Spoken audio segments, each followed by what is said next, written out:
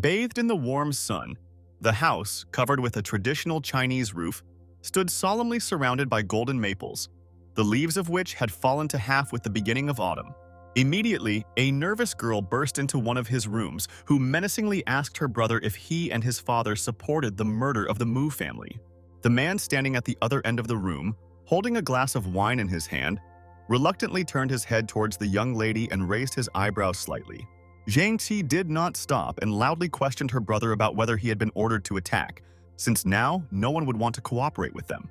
Zhang Bei, in turn, refilled his glass of wine and dryly added that those guys from the Mo family were completely worthless, so they were just going to kill them. The girl looked at him excitedly and indignantly, trying to find words, but she froze with her mouth open. Bei looked up at her maddenedly, and Din, lighting a cigarette, said that police officer Mu Fengchen wouldn't bother her sister anymore because he was dead. The girl's eyes immediately became round and filled with fear. She looked at her brother in a daze and screamed, not believing what he said. Bai plopped down on the sofa and calmly said that law-abiding person had no power at all, and if the Mu family is smart enough, they will continue to cooperate with them.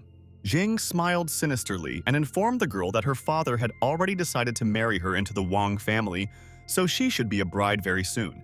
Zhang Qi lowered her head sullenly and whispered that she didn't want to get married, to which her brother only added that she should have a status in society. The silence of the night enveloped the green hills that spread over the vast mountain expanses under the huge gray clouds that covered the sky. Parubok, who was lying in one of the crevices of the mountain, which had probably been formed by his fall, finally opened his eyes and inhaled greedily. He sat down on the ground, and looking at his own hands, he was surprised that upon arriving at the Blue Star, the previous owner of his body was also named Mu Chengfen. Suddenly, memories appeared in the young man's head about how, being in the sky, he reached the highest level of a celestial, after which, experiencing the source of Tao, he passed into the highest realm of Taoism. Suddenly, he was attacked by 3 supreme celestials who needed the source of Tao from him, but even after defeating them, only a part of his soul remained alive. Mu sat and looked at the night city, thinking that Blue Star's energy level was much lower than he expected, so he would only be able to recover to the 5th energy level. He knew that since Mu Chengfeng's body had been gifted to him, the young man had to avenge him and protect his family. The main street of the town was lit up with lots of lanterns, and was also dotted with crowds of people who had come out for a walk and to breathe in the fresh evening air. Chang Feng was walking down the street when he suddenly heard a woman scream loudly, claiming to be from the Mu family. He turned his head, and in one of the alleys he saw a girl around whom 3 scoundrels had gathered, clinging to her and occupying the poor woman. Ji Yulin was frightened and tried her best to fight back and break free, but the heathens did not stop and continued teasing the young lady. The girl growled for them to let her go because she wanted to find her master, but one of the men grabbed her hand and lifted her chin, mocking her intention. She immediately wriggled out of his grasp, screaming loudly and begging him to let her go, not understanding why such trouble had fallen on her head. Immediately, behind their backs they heard someone's harsh voice, which reprimanded the scoundrels that it was incredibly low and terrible for 3 healthy men to occupy one poor girl. A big man approached Cheng Feng and said that the Zheng family had personal matters with the girl, but the young man only said that the young lady was just looking for him, and they shamelessly attacked her. Ji Yulin shouted with joy that she finally found a master, and the leader of the villains ordered his companions to throw out the stranger because he was annoying him. The men menacingly headed towards the young man, threatening him and mocking his courage because he dared to cross the road to the wrong people. Without waiting long, the 2 scoundrels rushed at the boy, swinging their fists and some kind of pipe found nearby. Cheng Feng's eyes lit up with rage and he growled that a bunch of street thugs were no match for him, the Celestial himself. The burly man, who rushed to the platform first, then flew to the nearest wall with the speed of light, screaming painfully. Mu Chengfeng grabbed another by the throat and lifted him into the air so that he did not reach the ground, feebly flailing his legs and trying to grab air with his mouth. Thus, holding the poor man with one hand, he turned an indifferent look at the leader of the thieves and ironically asked him how exactly his henchmen were going to beat the Celestial. Pointing his finger at the young man, the chief shouted excitedly that his cousin was Zheng Bei himself, but Cheng Feng was an ordinary illegitimate son. Cheng Feng threw the poor boy, who was already barely breathing, at the leader and said that the claims of descent from the Zheng family were just empty words.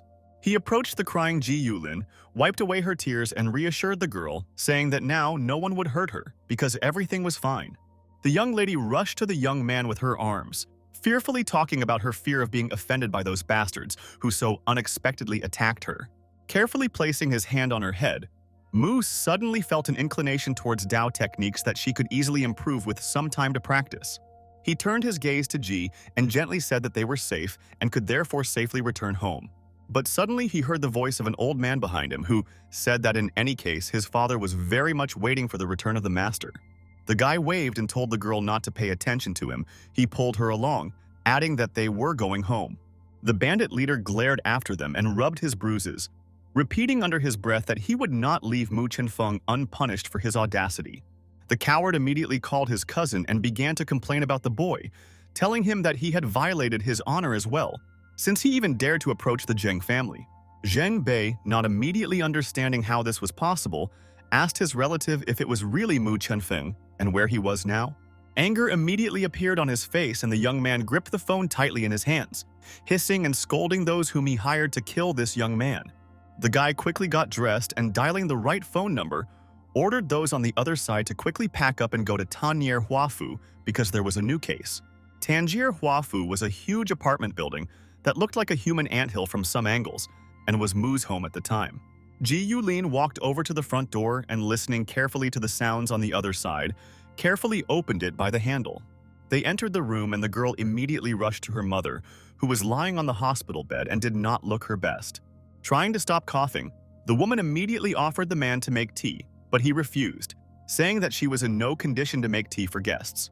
The young man said that he met Yulin on the street and immediately brought her home, to which the woman just looked at him meekly and thanked the boy for his kindness. Zhen Bei and a dozen of his bodyguards, who had sticks and clubs in their hands, were already standing under Tangier Huafu, going to take revenge on Mu for his audacity. Pointing his hand at the house where Mu was still in, Bei ordered his henchmen to beat his victim to death, in which case he would take full responsibility. The young man himself sat quietly on the couch and watched Ji Yulin pour him hot tea, which was still steaming. Suddenly, a loud stomp was heard behind the front door, and suddenly the door swung open from someone's bold and strong kick. Zhang Bi immediately rushed into the room with his companions, smiling mischievously and pretending to be surprised that Mu Chengfeng was also there. The guy immediately stood in front of Ji, interceding for the girl, then threateningly ordered the scoundrel to get out, giving him and his bodyguards 30 seconds to leave the apartment. The situation in the apartment gradually escalated because Chengfeng was not at all pleased with the presence of uninvited guests, and Zheng Bei preferred to take revenge on the man. Pretending that he didn't hear Mu Chengfeng's order, Bei walked up to him and mockingly asked what the boy was talking about.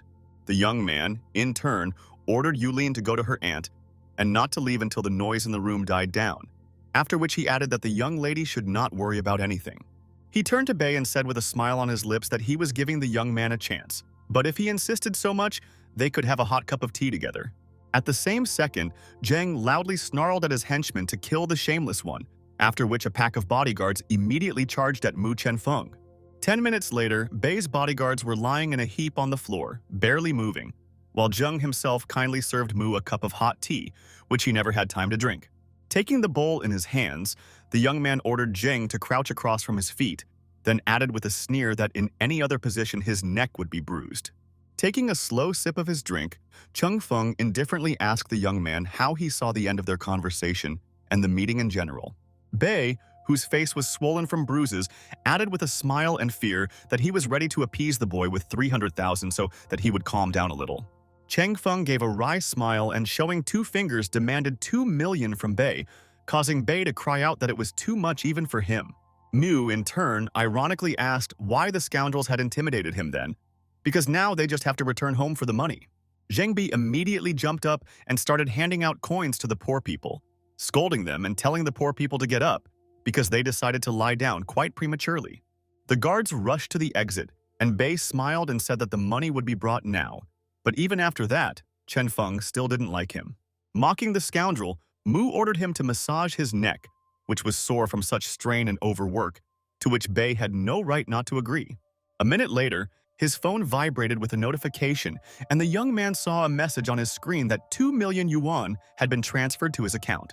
Seeing this, the young man let Zheng go, but he warned the brat that if he next attempted to attack or intimidate him, he would demand a much larger amount of money as an apology. Angry and nervous, Zheng went outside where a handful of his beaten bodyguards were already waiting for him at the entrance to the building. The old man hissed in displeasure, asking when the shameless man had become so strong, but his bodyguard just shrugged and advised him to get more men. But immediately the man received a slap from the boss, who was not jokingly angry at the humiliation due to the fact that the Posipaks turned out to be worthless and immediately fell into battle. It was deep night outside, but in the Zheng family's estate, lights were still burning in some places in the windows. The butler was just telling Zheng Qi that her brother had gotten into trouble that had cost him bruises and a sum of 2 million, for which the boy was now being scolded by his father. The fact that her hot-tempered brother had finally been disciplined made the girl a little happy, after which she asked where Wu Xiaofan, with whom she needed to establish a relationship, was going to go. After thinking for a few seconds, the butler informed that Wu Xiaofan was supposed to arrive in Yuzhou in 8 hours, but she was already returning to Yanbei in 3 days. Zheng Qi sat down at her dressing table and, looking at herself in the mirror, said that she would arrange a secret meeting for them. Meanwhile, in Tangier Huafu, Chen Feng wished Zi, who had already gone to rest, sweet dreams and promised that no one would disturb the girl again. Suddenly, the young lady threw a guilty look at him but nevertheless dared to ask the young man to stay as she was afraid to fall asleep. Mu agreed and gently sat down next to the girl, adding that he would leave when she fell asleep, at which she smiled and asked the young man not to deceive her. The boy laughed Ji Yulin by the hand and promised them that he would never lie to her under any circumstances. Cheng Feng sat and thought about the fact that quite a lot of things had happened to him that day, but he still wasn't sure if he would be able to regain his own strength. The market streets of Yuzhou were bathed in the warm autumn sun, while only a few people walked on them, as most were at work at this time. In Wu Xiaofan's hands was a skewer with some strange sweets that the girl had bought from one of the counters while walking along the cozy street. Taking another bite, she offered a taste of the sweet to Uncle Chen, a middle-aged man walking behind her who was supposed to be protecting the young lady, but he politely declined. Having scrunched up her nose a little, the young lady looked up sadly and said that it was incredibly boring for her to have fun alone, because she had no friends at all. Suddenly, in front of her, she saw a small crowd of people gathered around a beautiful lady who was standing on the stage and saying something cheerfully into the microphone, after which the girl had an indescribable desire to join. The host of the strange impromptu event instantly noticed Wu Xiaofan and stopped unexpectedly, creating an awkward pause in the form of silence. She handed her microphone to the assistant behind her and quickly walked towards Xiaofan as she stepped off the stage. The woman confidently walked towards Wu and said with a smile that she did not expect to see the young lady on the streets of Yuzhou. Xiaofan looked at the stranger in disbelief and took a step behind Uncle Chen, asking the beauty who she was since Wu didn't know her.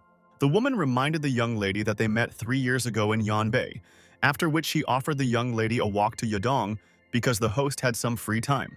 Wu Xiaofan happily agreed to be accompanied by a local woman, informing Uncle Chen that the host beauty was now walking with them. Chengfen and Zi, meanwhile, strolled through the streets of the city, sipping cool lattes and looking around. Mu looked at every counter where he saw antiques in the form of vases and various figurines, but despite their beauty, such antiques were just a pile of scraps to him. In an instant, a bright green jade pendant caught his eye, which looked a lot of years old, and it also radiated an incredible amount of much-needed energy. He enthusiastically picked up the pendant and asked the seller about it, to which the old grandfather told the young man that the ornament came from the Western Zhou dynasty itself, which is why he wanted as much as 5 million for the pendant. Mu Chengfeng liked this description very much, so the young man smiled with satisfaction and agreed to buy the jewelry for 500, which the grandfather still agreed to. Suddenly, the pendant was in the hands of Xiaofan, who also liked it immensely, which made her watch unhappily as the stranger in front paid for some purchase. Noticing this, Mu Chengfeng approached the girl and took the pendant from her hands, informing her that the item had already been sold to him and the money had just arrived in the seller's account. The presenter, who was closely watching Mu, could not believe her eyes because the young man should have been dead a long time ago. In an instant, the young lady decided to take matters into her own hands, so she offered Mu Chengfeng 10 times the amount to sell the nephrite pendant to them. Without making the beauty wait long, Chengfeng turned around and, refusing her sweet offer, headed in the opposite direction with Zi. Wu Xiaofan did not like this arrangement of events at all, who immediately began to hint to Uncle Chen that he should do something, which the man could not but agree with. He overtook Mu Chengfeng and Ji Yulin and stood in front of them, folding his hands behind his back solemnly and turning to the young man to stop. Sipping his latte, a little dissatisfied, the young man said that the man would not be able to take from him what he had not managed to buy first. Uncle Chen loudly declared that he was willing to pay him 500,000 for the jade pendant, followed by the pitiful howl of the grandfather who sold the pendant for only 500.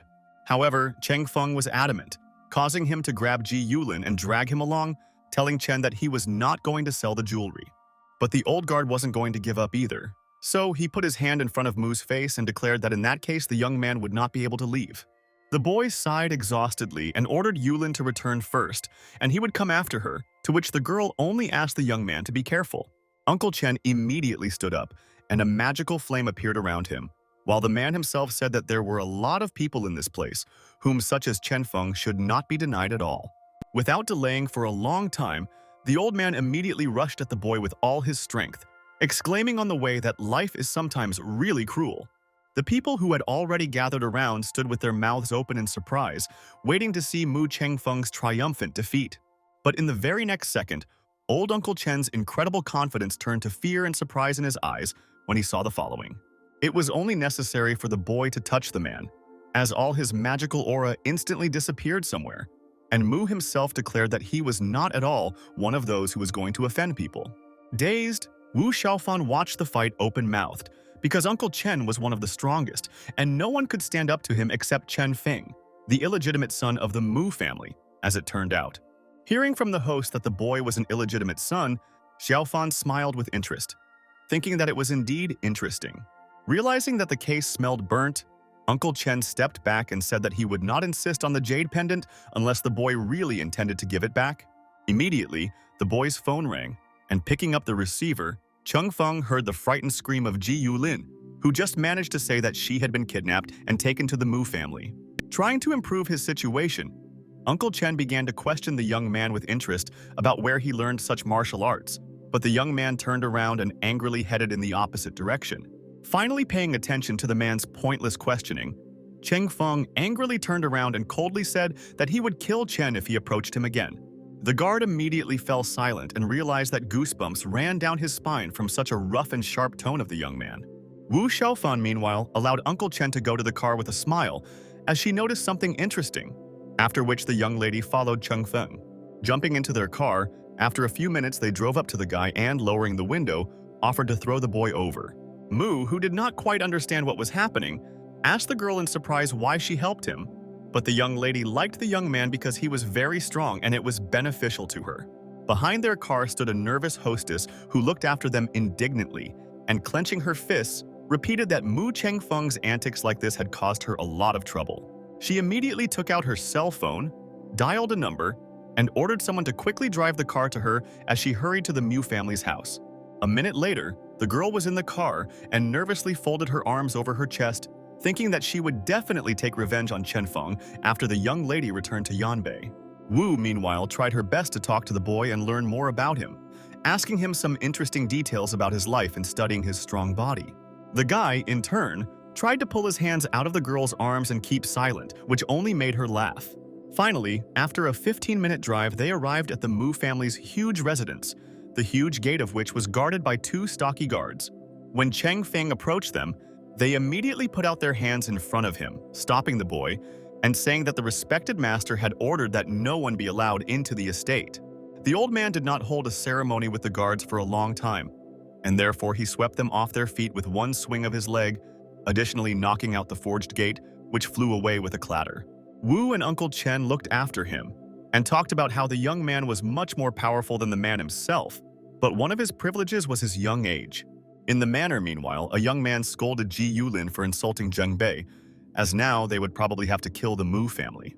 The poor girl, who was sitting on the ground, tried to apologize in a barely audible voice, but at the same time said that the young gentleman was wrong. The stranger standing in front of her could not stand such insolence, so he grabbed the girl by the hair and began to scold her even more for forgetting that there was only one master in the Mu family.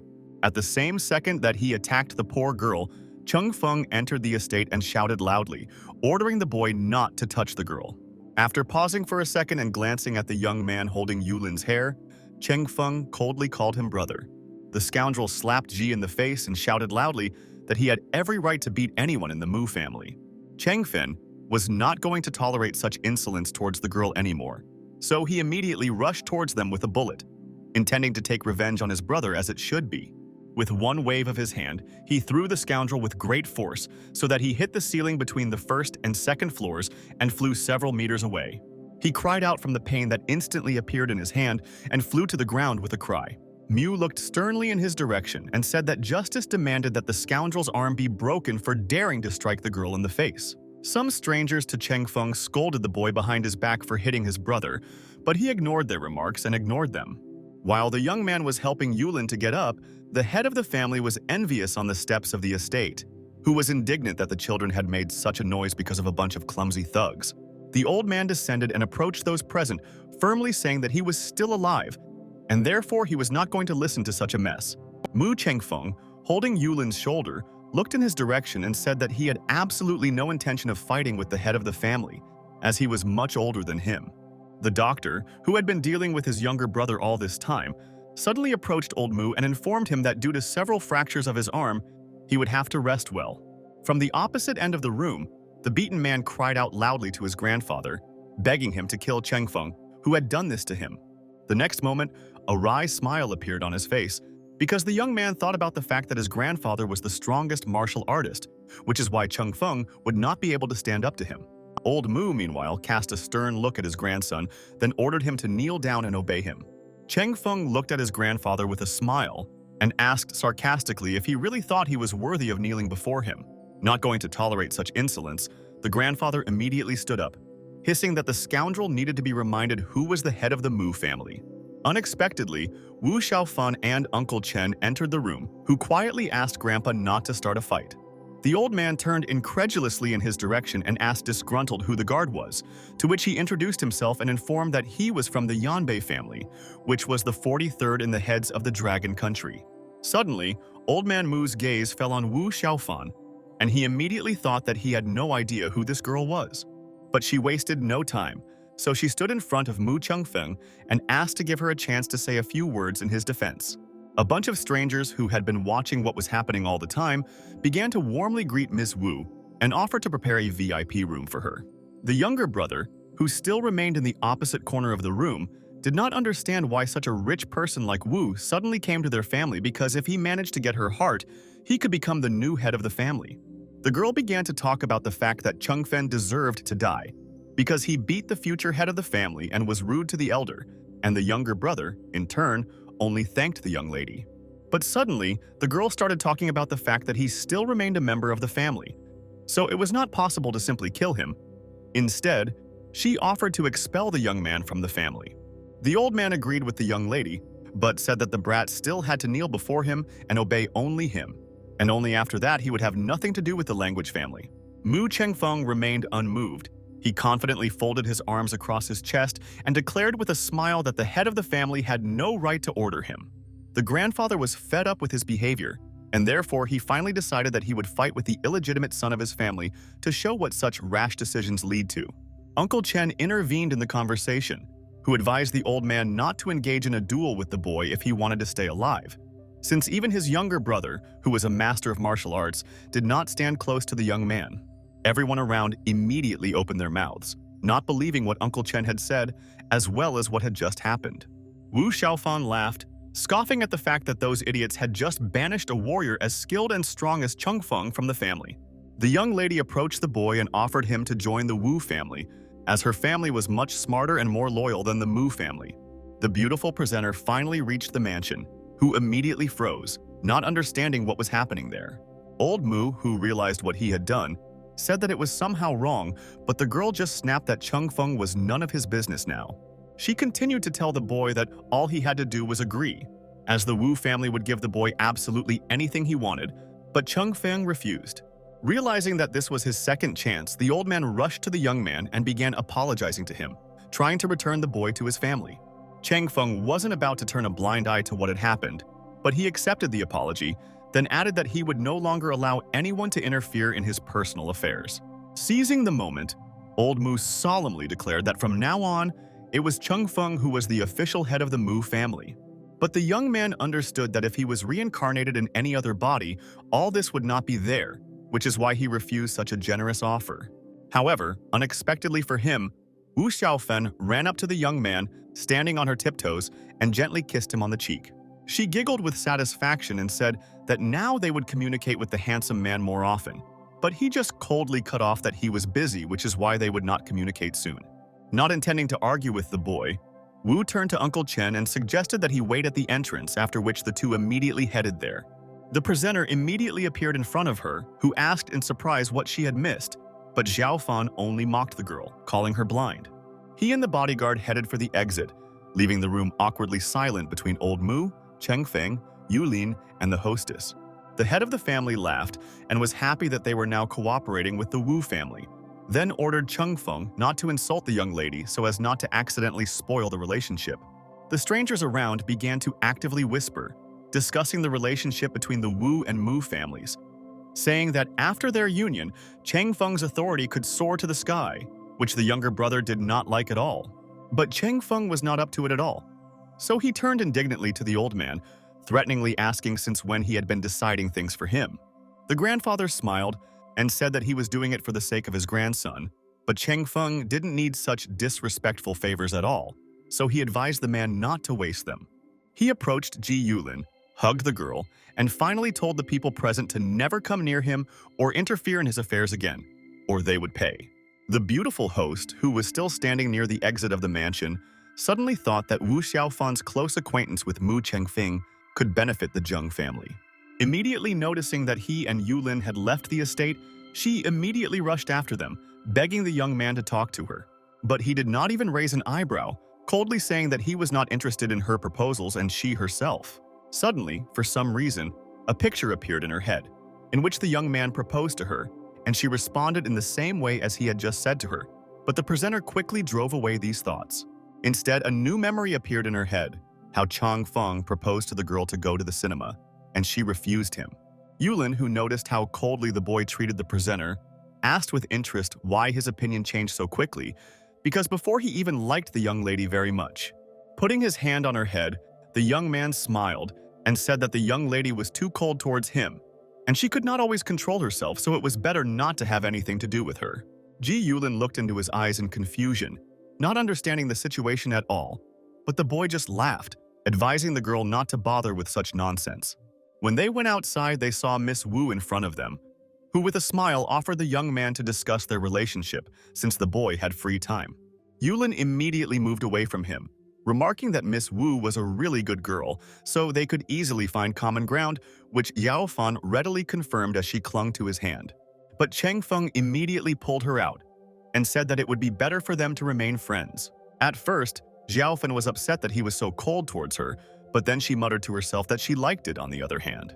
Chang Feng, in turn, was surprised that the only daughter of the Wu family was so lacking in boyfriends that she managed to spend her precious time on him. But she didn't waste time, so she rushed to Mu again and grabbed his hands, trying to get his phone, while Yulin watched all this in confusion from the side. Finally, she got his cell phone, took some pictures of herself and added a new contact with her own phone number, then returned the phone to the owner. After that, the girl immediately rushed after Uncle Chen, waving goodbye and saying that Chen Feng could call her at any time. The beautiful presenter, in turn, was not going to back down, and therefore, leaving the estate, again ordered the boy to stop. Deciding that he did not want to continue this mess at all, the young man told Yulin to wait for him at the entrance, and he himself turned towards the girl. An angry younger brother, who boldly wished Cheng Feng death because he hated him with all his soul, was just looking after them. Holding tightly to his broken arm, he ran after Mrs. Wu, saying that his brother was an absolute fool if he really refused Wu Xiaofan. Running up to the young lady, he called to her and asked her to stop, at which the girl was a little surprised, but still stopped. Smiling widely, the young man offered the guest to stay in their wonderful villa for a few more days to visit a little more. Bowing low to the beauty, he said that he heard his brother's answer to the proposal to be together, and that is why he proposed his candidacy to be her boyfriend. Wu Xiaofan glared at the brat and scolded him in a whisper, turning in the opposite direction. The young man was outraged by this answer, so he immediately cried out that, unlike his brother, he was the legitimate heir of the Mu family, and he would never insult Miss Wu in his life. Xiaofan crossed her arms suspiciously, ironically asking if he really thought he deserved her, to which the older brother agreed. After hearing this, she ordered Uncle Chen to make the scoundrel's other arm also accidentally broken, which the guard couldn't help but agree with. The elder brother immediately fell on his knees before Uncle Chen and began to protest, begging him to do nothing and have mercy on the poor fellow. The entire residents of the Mu family heard a loud cry from the boy who was sitting helplessly in the middle of the courtyard, staring angrily at his own hand. Clenching his teeth, he hissed that he would definitely find Mu Chengfeng and kill him because he had taken everything the boy had from him. Mrs. Wu, in turn, got into her own car and loudly added that the brat was really an idiot if he dared to propose to her. As soon as Uncle Chen closed her door, she immediately called her father to inform him that she would not be returning to Yanbei that evening, as she had found him a potential son-in-law in Yuzhou. The host sat on the bench and looked at Cheng Feng's back, saying that he had become completely different from what he was before. The boy turned his head in her direction and said that it was all in the past, and he was not one of those who lived in the past. The girl immediately exploded angrily and loudly asking what he was talking about. Without raising an eyebrow, Cheng Feng casually took out the phone from his pocket and said that he did not understand what the young lady meant. He looked at the screen of his mobile phone and saw a photo posted by Wu Xiaofan on social networks, in the background of which the boy himself was standing with his back. The presenter in turn did not back down and reproached the young man for the fact that he had recently sworn his love to her, and now he was so coldly ignoring her and not paying attention at all. Cheng Feng snapped at her that it was before, and now he had changed, leaving him with nothing to talk to the girl about, after which he turned and left. Immediately, the young lady grabbed his hand and exclaimed that she needed his help because the girl urgently needed to get closer to Wu Xiaofan. For a second, the girl froze and looked into his eyes, thinking again that Cheng Feng had really changed incredibly. Now he was not the same as before. The young man looked indifferently at the young lady and sarcastically asked her about her manners, because it was completely inappropriate to ask for help like that. The presenter smiled sweetly and asked the boy to help her meet Mrs. Wu, and she in return goes to dinner with him or to the movies, but only for one day. She looked at the boy with playful beads in her eyes, expecting that the boy would not resist such a generous and sweet offer. But completely unexpectedly for her, he simply turned around and said that he was not interested in such conditions, after which he went about his business. The angry presenter remained standing behind him and looking after him, nervously clenching her fists and shouting the young man's name, to which he did not even respond. Finally, with a smile, Cheng Feng returned and added that he would arrange a meeting with Wu Xiaofan for 10 million without any bargaining or negotiation. Extremely indignant, the young lady shouted at the scoundrel not to bend the stick, because it was already too much even for her family. He turned towards her and said with a smile on his lips that he would not lose anything from this deal, but the presenter in turn would be able to meet someone important to her, Wu Xiaofan. Stomping her foot angrily, the beauty shouted, not understanding why the guy wanted 10 million for the deal, but was not at all burning with the desire to invite her to the restaurant, but he just laughed. She turned around and angrily told him that she would drop 10 million within 30 minutes, but she would wait until the evening for the results of the deal, to which he only thanked the Zheng family for such a favor. A snow-white Mercedes at high speed cut through the streets of the city, one by one eating white stripes on the asphalt. The disgruntled host drove inside and hurriedly typed text on her cell phone, telling herself under her breath that Mu Chengfeng wouldn't even dare to lie to her. The girl ran to her father's office and immediately started asking him why her brother, who was constantly getting into trouble, was still in the post of deputy head of the family. With a Cuban cigar in his mouth, Zorwan said nonchalantly that if the girl got married, she would no longer be part of the Zheng family.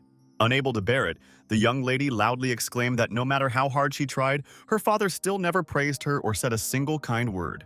The fat man didn't care about his own daughter's feelings, so he just angrily ordered her to get away.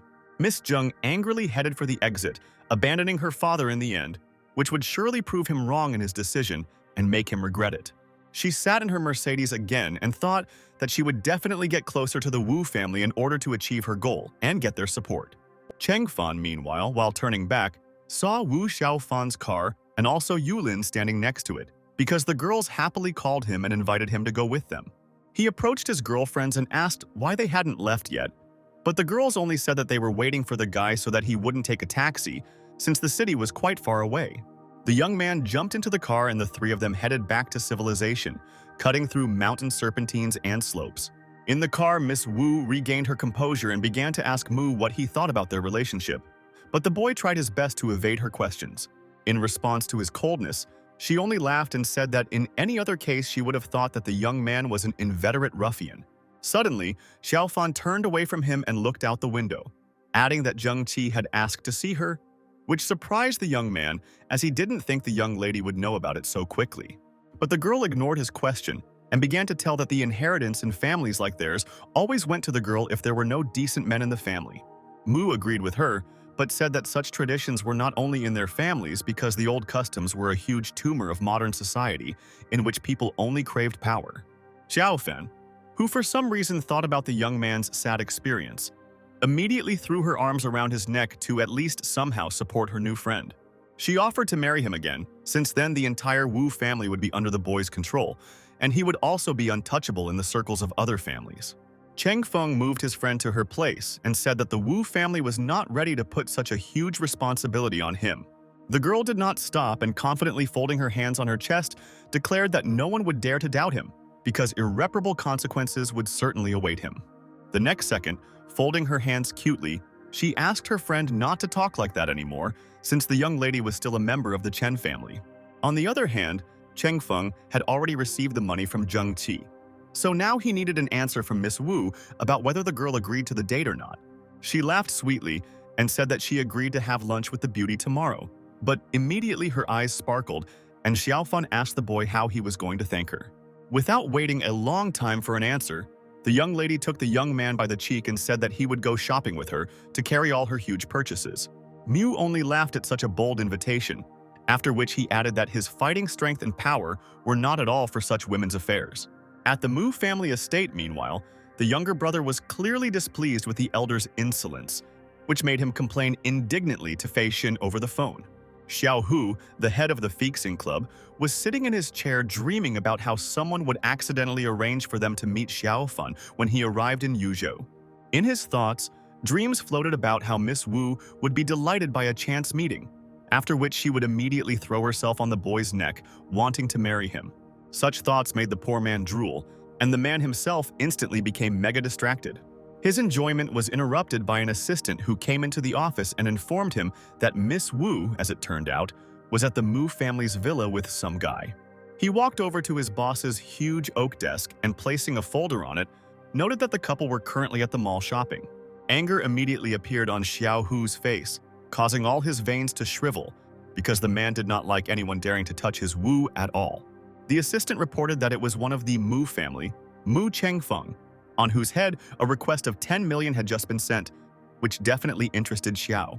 Adjusting the rectangular glasses on the tip of his nose, the man in the dark suit announced that the request was made by Chengfeng's younger brother, Mu Lei.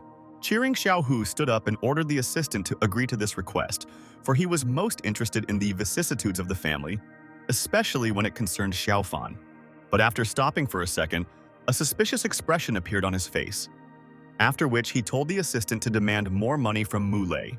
Wu Xiaofan, who was 10 steps ahead of Chengfeng, who was dutifully carrying a dozen bags of clothes, happily offered to treat the boy to milk tea. The poor guy tried to refuse, scolding the girl for how much she bought, because he was the one who had to carry it all.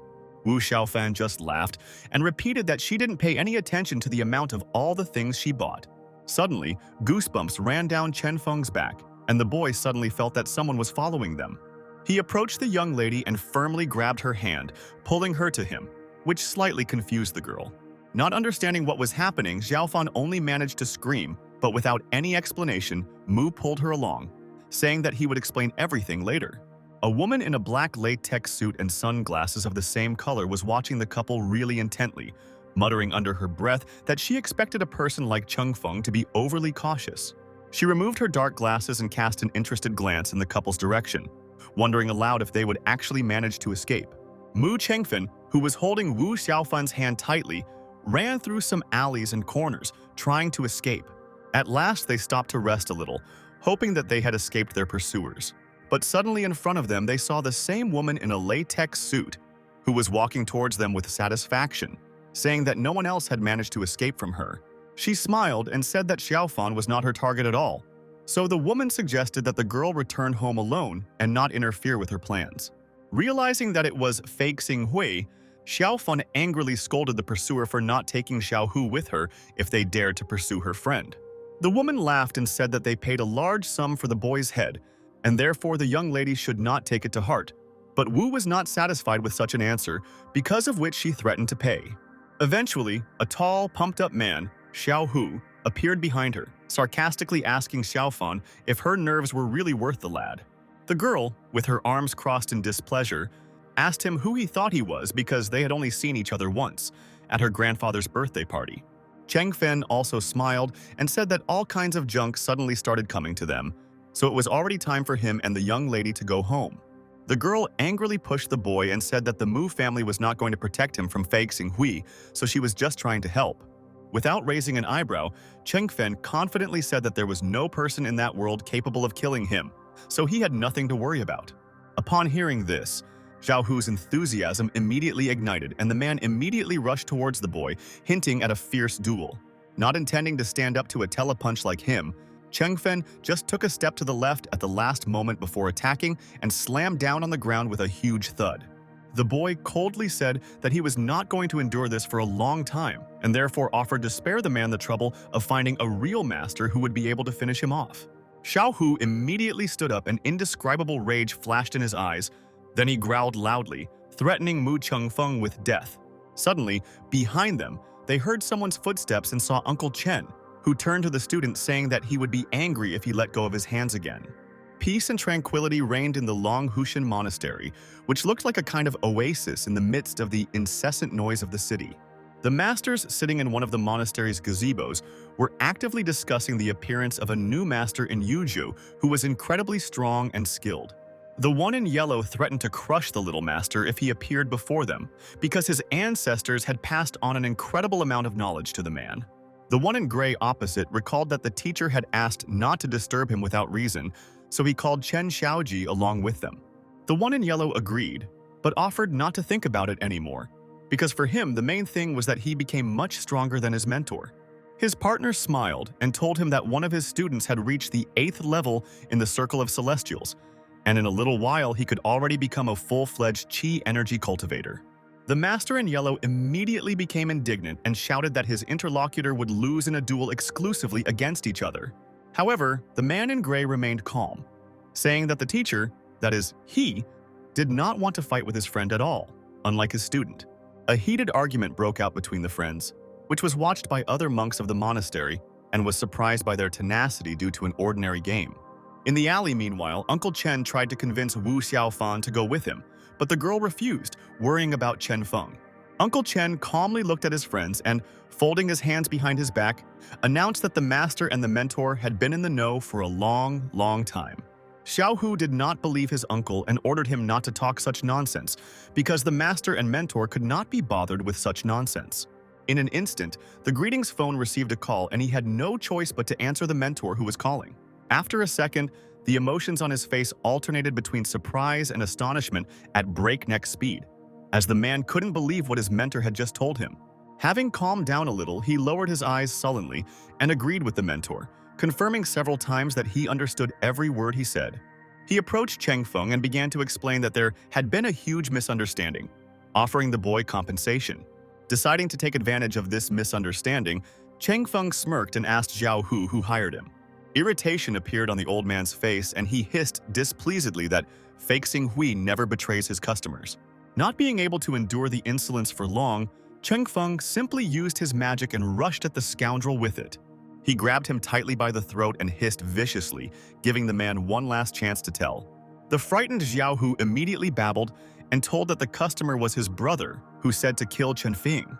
Mu let the poor man go and tossed him a coin, finally snapping that he bought this information for pennies and therefore technically wasn't breaking their club's rules.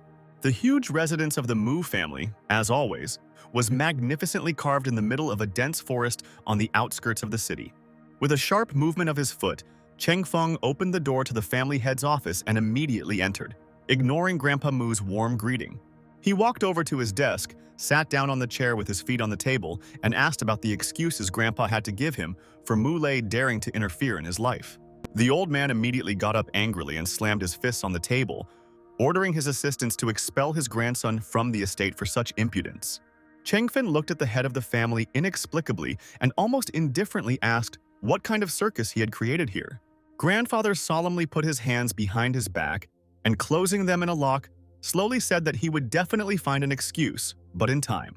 Muley, who was contentedly lying on the sofa, sipping wine and rejoicing at the imminent death of his brother, had no idea what was waiting for him a second later. One of the servants immediately burst into the recreation hall and announced loudly that Mu Chengfeng was at the mansion gate. Out of surprise, Not believing her words, Muley dropped the wine glass on the floor, and it shattered into tiny pieces that scattered all over the room. He stood up in a daze and screamed helplessly that it was impossible because Fake Xing Hui had the best assassins in the entire city. Pushing the servants away from the door, 2 guards burst into the lounge, sternly heading to the younger brother, informing him that his grandfather was inviting him to his office. They grabbed the boy's already broken arms and squeezed them even tighter, causing him to grunt in pain and protest, trying to break free. The woman, who looked nervous and irritated, abruptly opened the drawer with dichlorvos, complaining about the problems in the family due to the departure of the head to Yanbei. She took out a bottle and began to pour into it a liquid that was very similar to alcohol, saying that she would take revenge for the accusations and humiliation of her son. The woman took the bottle in her hands, turned and angrily headed for the door, ready to do anything to find out who did it. Muley was on his knees in front of old Mu while he was threateningly asking him if he really hired people from Fake Xing Hui, while Cheng Feng was calmly watching this scene from the sofa opposite. After hearing the answer in the affirmative, Old Man Mu asked his grandson in confusion and frustration how much he had paid those thugs for the murder. He guiltily said that the original price was 10 million, but when Xiao Hu heard who the victim was, he demanded the same amount. The head of the family shouted angrily, asking where the scoundrel got so much money, and he quietly said that he dared to steal it from the family budget. Immediately, the young man received a heavy slap on the face for getting into such trouble when the head of the family went to Yanbei on business.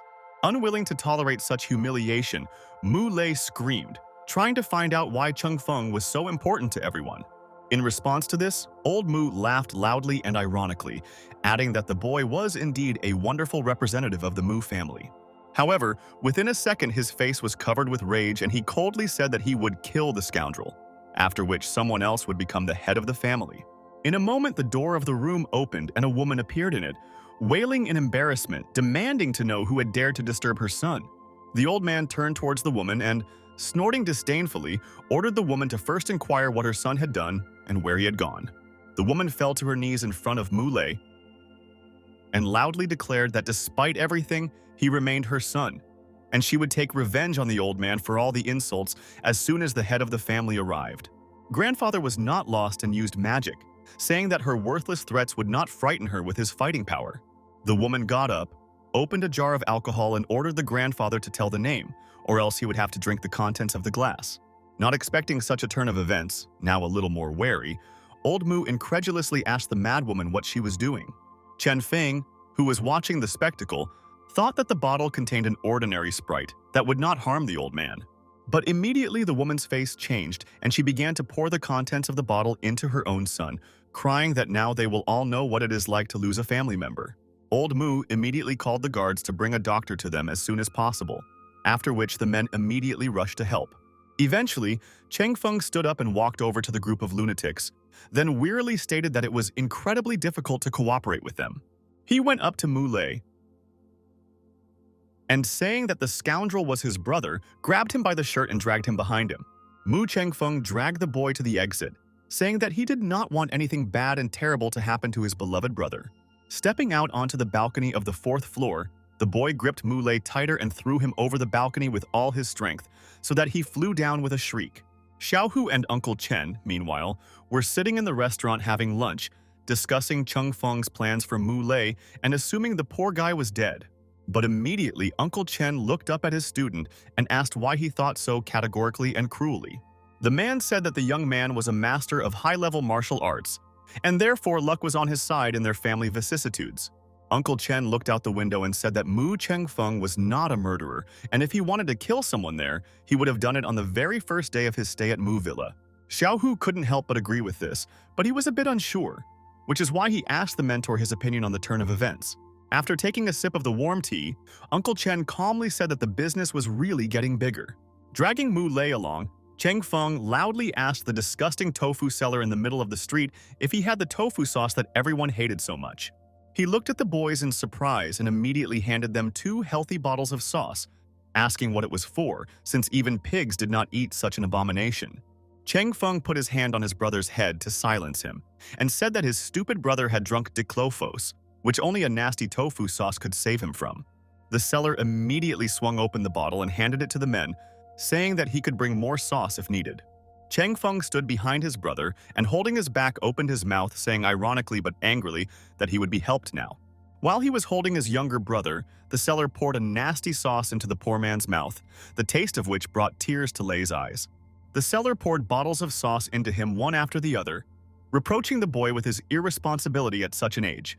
Finally, the bottles ran out, and they let poor Mu Lui go, who immediately fell to his knees and began to spit out all the sauce that the seller and his brother had poured into him, having already moved as far away from the terrible smell as possible. After a little recovery from the stench, Mu Cheng Feng returned to the seller to ask how much he owed him, but the man quickly left without taking a penny.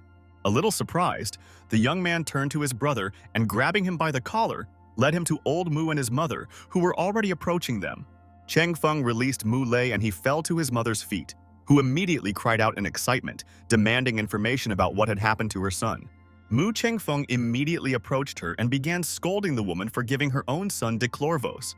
He gave her a loud slap, scolding her that without emergency help, the poor fellow would have simply died from such a quantity of the substance. The woman grabbed the reddened cheek and whispered menacingly that she would kill the scoundrel as soon as the head of the Mu family returned. Mu loomed over her menacingly and said that no matter what scoundrels they were still his family, and that this woman, unlike him for almost killing her son, was just the kind of retribution that awaited her. He returned to old Mu and asked his grandfather what he thought of the situation that had just arisen. After thinking for a while, the old man ordered the woman to be taken back to the villa and not let her out of the room until the head of Yuzhou arrived, and ordered Mu Lei to be taken to the hospital. 2 guards immediately approached the boy and the woman, and taking them by the arm led them to the places that the boss ordered them. Old Mu immediately ran over to Mu Cheng Feng and patted gently, showing off how skillfully he had handled the situation and that everything was fine. But the boy wasn't going to listen to his excuses and sweet promises, so he said that from that moment on, the head of the family decided what to do on his own. Finally, somewhat happy that most of the problems had been solved, Cheng Feng was about to teach Ji Yulin how to control the Tao energy she was gifted with. After half an hour's drive, he finally stood in front of Tanier Hanfu, which, as always, towered majestically in the middle of the city's low-rise buildings. The guy entered the apartment and saw Yulian in the living room, sitting on the sofa and eating chips, watching some melodrama. Trying to chew chips, the girl mumbled that she had nothing to do, so she decided to watch Korean dramas. Mu Cheng Feng smiled and waved his hand behind his back, inviting the young lady to come with him. They entered the bedroom. Cheng Feng decided to change his clothes for some reason, after which the friend sat on the bed. As here, not understanding what was happening, Yulin asked why he had brought her there.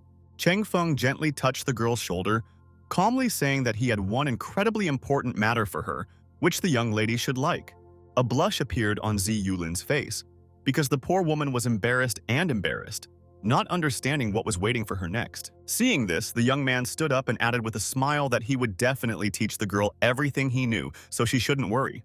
The boy asked Yulin to lie down on the bed and close her eyes, trying to concentrate on what she would feel, after which he placed his hand on her stomach and used magic. Cheng Feng asked the young lady what she felt, and the girl replied that her stomach area was getting warmer and warmer. Not understanding what was being done to her, Yulin got up in confusion, after which Mu immediately told her that the girl was the owner of an incredible talent, developing which he could help her defend herself from all kinds of bullies. Those words calmed the young lady down a bit, and she lay down on the bed again, trying to focus on every sensation that appeared with every new second that Cheng Feng had his hand on her stomach. She had never experienced such sensations in her life, because Z really seemed as if she was in weightlessness, somewhere in the middle of the world of her own dreams. Hearing this, Cheng Feng smiled as the young lady already had a Tao talent formed, as she could sense the rhythm of life and an extraterrestrial aura. He told his friend that now she should have felt the spiritual energy, so the young man would leave the room to make it easier for Z to concentrate. Chang Feng walked into the living room, plopped down on the couch, and decided to try Yulin's leftover potato chips, and he really liked them. The boy was just reading the latest news when he suddenly jumped for joy because he read that an ancient tree nearby had been struck by lightning, making it a wonderful source of energy that he could draw from. The joy of the young man was interrupted by loud and annoying sounds that came from the floor above and were very similar to a drill or a perforator. Mew decided to find out what was going on there because he did not understand what the neighbors could be drilling at such a time. And besides, Yulin could not be distracted by such trifles. He went to the front door, knocked on it several times, and loudly announced that he was a neighbor from below, after which he asked to open it for him. The apartment door was opened by a healthy man with tattoos and a cigarette in his mouth, and he was holding a huge brick in his hand and was clearly unhappy that he was disturbed. Measuring him with his eyes, Cheng Feng calmly said that the developer of the complex should have warned the man about the prohibition of repair work until 2 o'clock in the afternoon. Such statements clearly did not please the health, and he took several wary steps towards the young man, threatening him with a brick and ordering the little one to go about his business. Just as calmly, the young man said that he would call the police if the man did not stop drilling, but therefore it was all the same to his threats and he simply mocked them. Glancing at the brick in the fat man's hand, Cheng Feng said with a smile that, in his opinion, the man's brick was of poor quality. He, with a sinister smile, said that it was a special red brick, after one blow of which the brain would completely leak out of the boy. Taking a few deft steps towards the giant, Cheng Feng broke his red brick in two with one wave of his hand, and it fell onto the glossy marble. The fat man didn't like it, but his courage disappeared somewhere, and he himself threatened the little police, at which Cheng Feng laughed and reminded him about the poor quality of the bricks. The boy turned around and, heading to his apartment, called the police and reported that he had been hit on the head with a brick. After filling his stomach with food, Xiaohu sat back on the couch and thanked his mentor for a wonderful meeting after such a long time without seeing each other. The teacher jokingly offered his student to pay for the dinner since he was the chairman of Fake Xing Hui, but Xiao displeasedly noted that there were a lot of people in the club waiting to be paid. A waitress came up to them just then and handed the teacher the bill, and he immediately paid it, gloating at the fact that Xiao only looked like a serious lump. But the young man muttered dejectedly that he had once promised himself not to return to the monastery mountain until he gained a high status. Uncle Chen looked at him and said that the boy would have to come back after all, because the monks missed him after so many years of silence. After leaving the restaurant, Zhao asked the teacher if he had heard of the lightning that struck a 1,000-year-old peach tree on Nianshan Mountain 9 times. The teacher said that Lao Jun, the Lord of Dao, had known about this tree a long time ago because it had been all over the news, so they needed to visit it. After which he added that they had to be careful because the White Lotus sect was probably also hungry for magical energy. Xiaohu smiled, revealing that he was going to finish off those brats, but still, the teacher ordered to be careful. Cheng Feng was already standing in front of the Laojun temple and was looking at the huge peach tree trunk that stood under the temple, as the master had successfully acquired the plant. The old man thought that after a short conversation with the monk he would be able to take the tree, and if the conversation ended without a fight, it would be great in general. But suddenly a car drove up to him, from which Uncle Chen and Xiaohu jumped out, who stared at him in surprise. The young man asked the arrivals what they had forgotten in the monastery, but Xiao only smiled and glared at his rhetorical question, not intending to answer. Cheng Feng smiled and, pointing to the tree behind him, asked if that was their final destination. Uncle Chen intervened in the conversation and said that he and the disciple had come on behalf of the sect, so Chen Feng should not interfere in their affairs. The boy, in turn, smiled with satisfaction and mocked their loud statements, reminding with a stern look who the men were dealing with. But in an instant, one of the temple's servants appeared behind them, who immediately attracted all the reigning attention to himself. Cheng Feng and Xiaohu quickly ran up to him and began asking if they could meet Lao Jun, telling the servant their statuses and names. The temple servant smiled and said that the master was not at all against sharing the tree, as he already knew about the young man's intentions. The young man added that the boys would share the tree that the master would give them on their own. The minister turned and asked him not to ask him any more questions because he was incredibly busy, after which the boy headed back to the temple. Cheng Feng returned to Xiao and Uncle Chen and kindly suggested that they discuss dividing the tree instead of fighting over it. They left and Xiao began to beg the mentor to start a fight, since there were 2 of them and Mu alone, but Uncle Chen stopped him by reminding him that Cheng Feng was not easy at all. Uncle Chen turned to the boy and asked him how much wood he wanted, to which the beech tree pointed 2 fingers and reported a piece of trunk, 2 meters long. Xiao Hu immediately intervened in their conversation, who shouted and protested, allowing the boy to take only 1 meter and a dot. Changfen looked indifferently at the calf and calmly agreed to his conditions, because the meter of the cut was also suitable.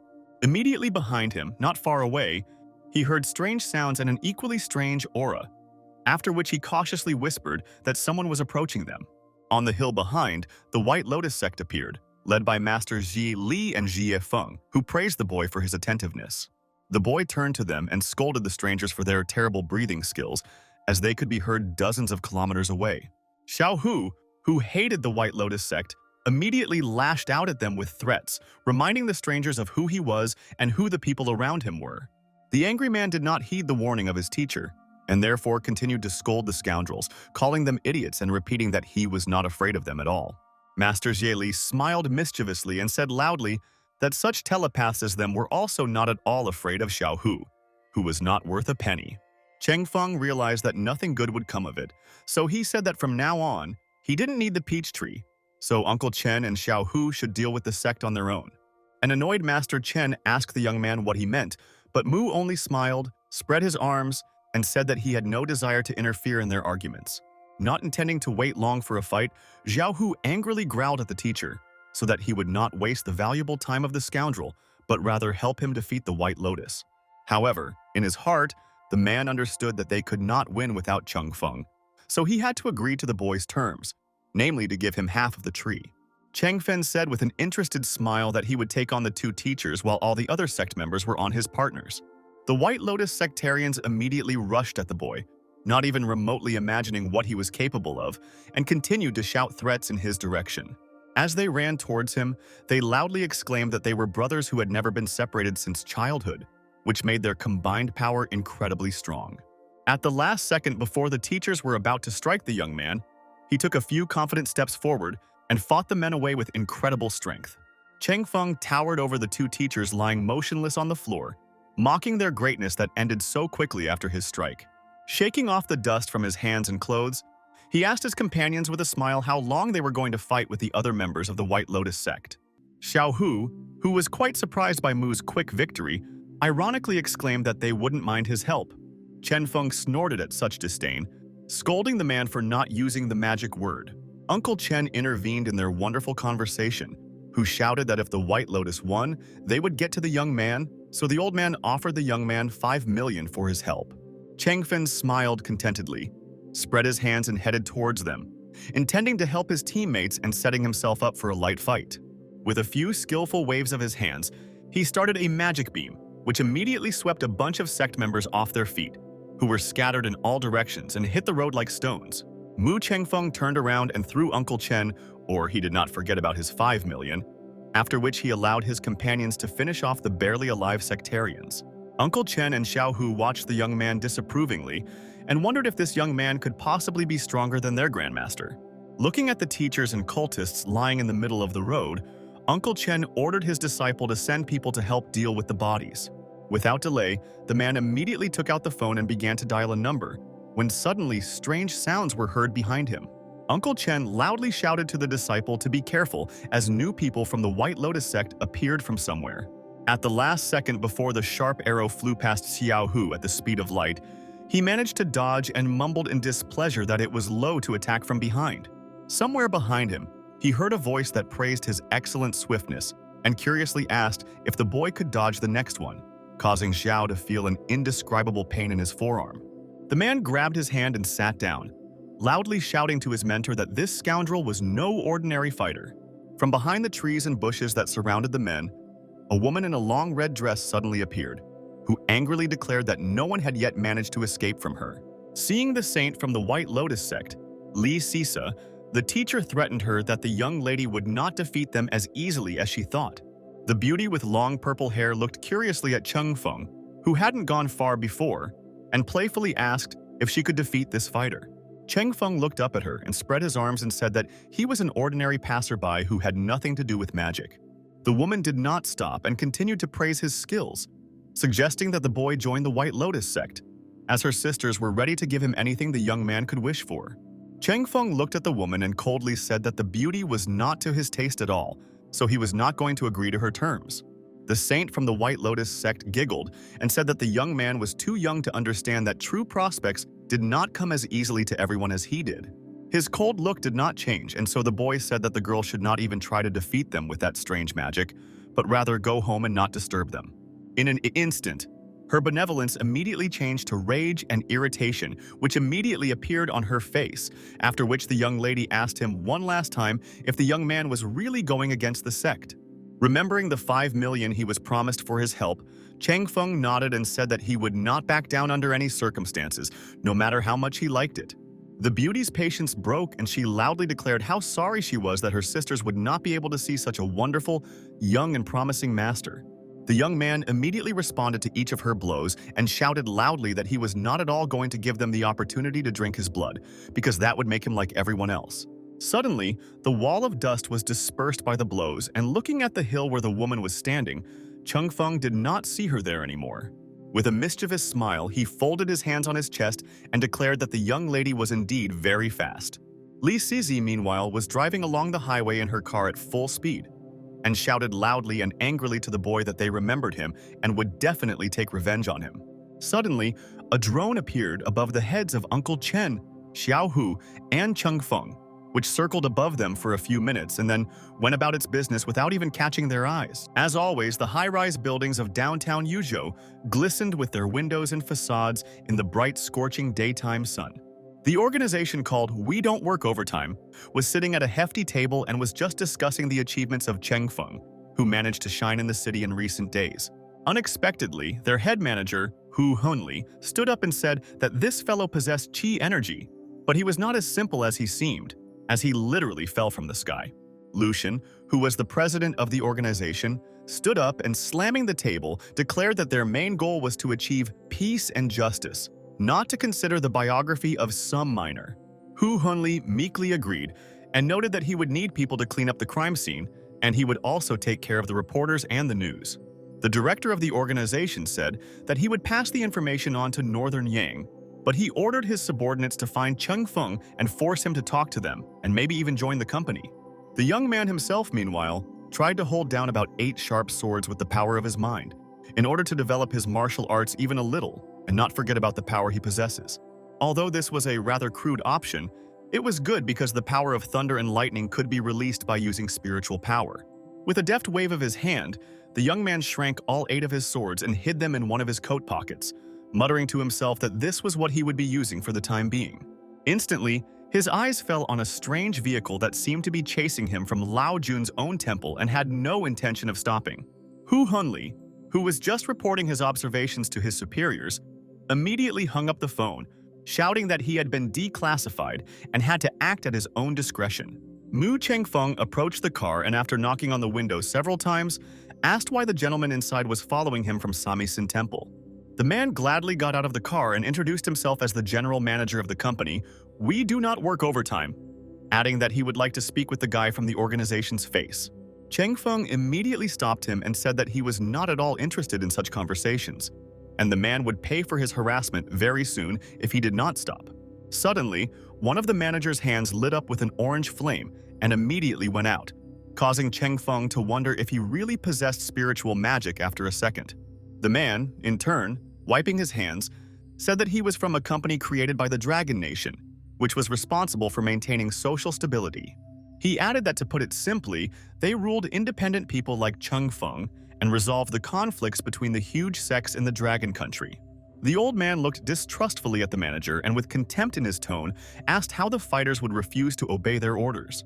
Given Mu's curiosity, the man said that they had the best representatives of the elite working for them, and the company operated with the latest technology, so they should not be underestimated. Cheng Feng smiled and agreed that Hu Hunli was right about something, because he was talking about obvious things. The manager was happy with the boy's idea and, holding out his hand a second time, asked if he wanted to talk to him now.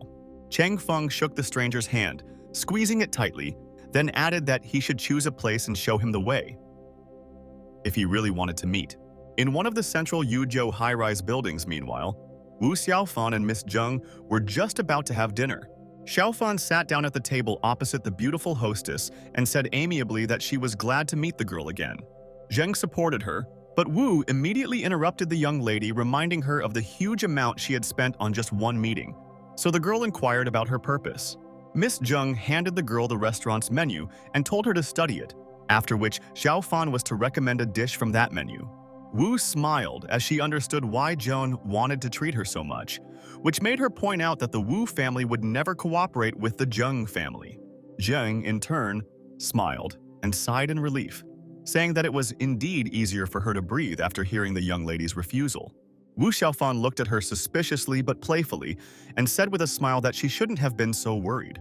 Bending her head slightly, Zheng looked out the window and said quietly that some things still remained beyond her control. Wu looked at her with disdain and asked if the young lady really had no choice even when she was making Mu Chengfeng's life difficult. But she indignantly exclaimed that the young man was never part of her future plans, and everything he did, he considered his wish to be his reality. Xiaofan snorted disdainfully and said that as far as she knew, Mu Chengfeng was incredibly strong, which Zheng couldn't help but agree with. She added that at the moment, the youngster was the youngest master of the Dragon Nation, then asked if Zheng knew of his power before he became disillusioned with her. The girl guiltily lowered her eyes, trying to find words, but they seemed to run out of her head. Wu said that it was because of this that she treated the girl with so much disdain, because she allowed a potential like Chengfeng's to simply slip out of her hands. Such words annoyed Zheng Qi, and she slammed her fist on the table, asking why the girl idolized the boy so much. Xiaofan said that Chengfeng had been hiding his strength and suppressing his self-esteem for years, and that kind of patience and steadfastness was not characteristic of everyone, which is why he surpassed the Zheng family. Zheng Qi looked at the girl and incredulously wondered if she was jumping to conclusions. But Wu Xiaofan only retorted that unlike the young man, the young lady did not have the same patience and endurance as Chengfeng. She added that with such abilities as the young lady, she would rule at least half of her family, which caused a terrible grimace of surprise to appear on her face.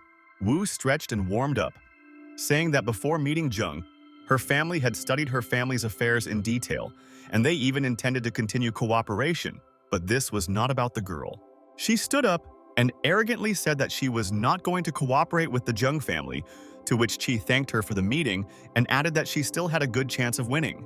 Qi muttered that despite the breakup with Xiaofan, the Zheng family would definitely be able to rise with Chengfeng's help. Wu Xiaofan laughed loudly, and holding her head in laughter said that she thought the young lady would not succeed at all. Zheng Qi smiled mischievously and asked the girl if she was really that low in her eyes.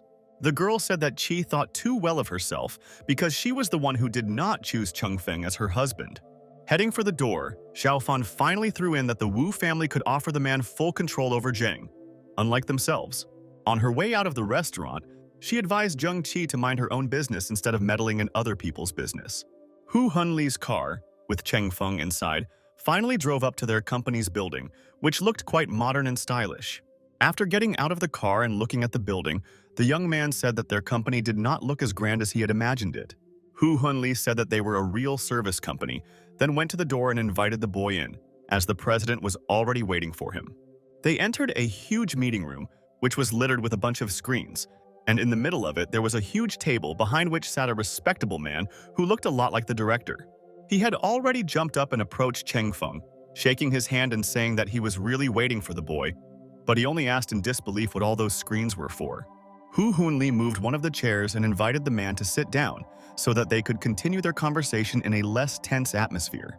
The director also sat down and said that having a bunch of such technology around probably seemed strange to the guest, but he didn't need to worry at all. Chengfeng put his feet up on the table, saying that this is how he behaved at home, where he was not worried about anything at all, which made the director a little surprised, thinking that the young man was really carefree. Not wanting to drag the cat by the tail, the director got to the point and said that he called the young man to them to offer to join their organization. Hu Hunli handed Mu the documents, which stated that the company allowed days off, worked 8 hours a day, had insurance, a good salary, and a bunch of other details. The director of the company smiled and said that the good payments to the employees shaped their permanence in the jobs where they worked. Chengfeng looked at the salary for the base rate and asked if the amount listed was the minimum wage that was allowed in Yuzhou. The director immediately announced that they had a lot of generous bonuses and additional sources of income, and the average salary of their employees exceeded 8,000. Chengfeng put the documents on the table and asked the director with a smile if he really looked like someone who didn't have enough money. The man said offended that their goal of work was not only money, because the company offered the opportunity to work in a bunch of other interesting fields, and the young man had to learn to be grateful. Mu Chengfeng widened his eyes at the man in surprise, not understanding at all what he was leading to and what he meant. The headmaster gave him a suspicious look, hinting that the boy might not be the real Mu Chengfeng. The manager suddenly approached the young man and handed him documents about how a few days ago, after a severe beating in the mountains, the boy seemed to have resurrected, and his views on life instantly changed. Annoyed, Chengfeng took the papers in his hands and, with a displeased look at the director, reproached him that the scoundrels had studied his biography perfectly. The director looked up at him and advised him to stop underestimating the company's abilities, then asked if he could really call the boy Chu Chengfeng. Meanwhile, in one of the buildings of the Zheng family towering in the center of the city, important conversations were taking place. Zhang Bi was telling his father that his men had taken control of the person in Yanbei, and now they could use their plan. He told his father that his men were going to attack both openly and secretly at the same time, so Mu Chengfeng would never be able to influence the situation. The fat man with a cigar in his mouth praised his son, but ordered him to return to his mother, adding that his charges would see to it that the operation went as well as possible. But Zheng Bei got up angrily and slammed his hands on the table, exclaiming in displeasure why his father was giving his cause, which he had spent so much energy on, to strangers. He shouted loudly that he wanted to bring Mu Chengfeng's family to despair by himself, because that was the goal of the last week of his life. The man smiled with satisfaction and sinister, saying that he did not expect less enthusiasm from his son, and he liked it very much. In the end, the father agreed and gave the word to his son, ordering him to conduct the operation as cleanly as possible and not to disappoint his expectations, which he readily agreed to. Satisfied, Zheng Bei promised that he would tear the Mu family to shreds in 3 days before turning around and walking out of the office. Smirking to himself, he hissed furiously that very soon Mu Chengfeng would be begging him for mercy, kneeling before him. Stepping out into the corridor, he ordered his subordinates to book a bunch of rooms in a local premium hotel, because the boss was in a good mood and was going to have fun. The sun was shining on the street, as always, illuminating the high-rise buildings and skyscrapers of the city, which buzzed non-stop both day and night. Wu Xiaofan was lying in her room, concentrating on something on her phone, when she suddenly decided to ask Uncle Chen, who was behind, what Chengfeng was doing now. The man said that he did not know anything about the boy, but he could assume that the boy was currently training or walking around the city. Without taking her eyes off her mobile phone, and without taking the candy out of her mouth, the young lady said that Chengfeng was not that boring at all. Suddenly, a message came to her phone saying that Mr. Mu was under house arrest in Yanbei, and the Zhang family was going to attack Mu within 3 days. The young lady jumped up, excitedly saying that Zheng was about to strike, but Uncle Chen immediately calmed her down, reminding her of Chengfeng's strength, who would not allow them to do so. She asked Uncle Chen to take her to the company, because if Mu Chengfeng made a wrong decision, the organization would not sit idly by and watch. Uncle Chen, in turn, closed the book he was reading and said that the company should have contacted the boy after the incident near the Laojun Temple. Mu Chengfeng, meanwhile, continued to sit in one of the meeting rooms of the organization he had been taken to, chatting with the director. The man looked intently at the boy and at 10 asked him whether he was ready to confess everything. The young man relaxed back in his chair and said that he was both Mu Chengfeng and not at the same time. The director angrily ordered the boy not to pretend to be smart, because in his opinion, the boy was not such a boring person. Chengfeng sneered at the corner of his mouth and asked the man if he had ever heard of immortals being reborn. Out of surprise, the man almost dropped the thermos with an unknown green drink in his hand. He got up from his seat and said with a sigh that this explained all the changes that had happened to the boy. Seeing the smile on his face, Chengfeng stood up and asked how the man could believe such a seemingly fairy tale in fiction. The director, in turn, informed him that the company often dealt with strange people who looked a lot like the lad, so it was no wonder that he thought he was reincarnated. The young man picked up the folder with documents that the manager had brought him and said that their organization possessed an exotic combination of talents from various directions. The director took out the remote control and pressed the exit screen button, after which he said that times were completely different now, so people with abilities and ordinary people had to find ways to cooperate. In the background, the Daily News spoke of a gas leak in the area of the Laojun Temple, which caused an explosion there, injuring people. With his hands folded across his chest, Chengfeng declared that he only wanted to live his life in peace, and therefore anyone who dared to disturb his peace was doomed to retribution. Realizing that the young man was not willing to cooperate, the director began to talk about the fact that the company could help him with his restoration after his immortal reincarnation. But the boy only stated that they had overestimated their own strength, and luring his help into their own company was a bad idea. After taking a sip of the strange drink, the director reminded him for the second time that he should not underestimate them. As the manager presented the young man with new documents, he added that he still had one more detail that could potentially interest Chung Feng. After reading what was written in black and white on the paper, Chung Feng's face immediately turned to rage, and he hissed angrily, "Who gave Zheng Bei the courage to die?" The director said that if he was sent to the Zhengs, the company would not allow him to do anything, but taking this as a threat, the boy stood up and nervously headed for the exit.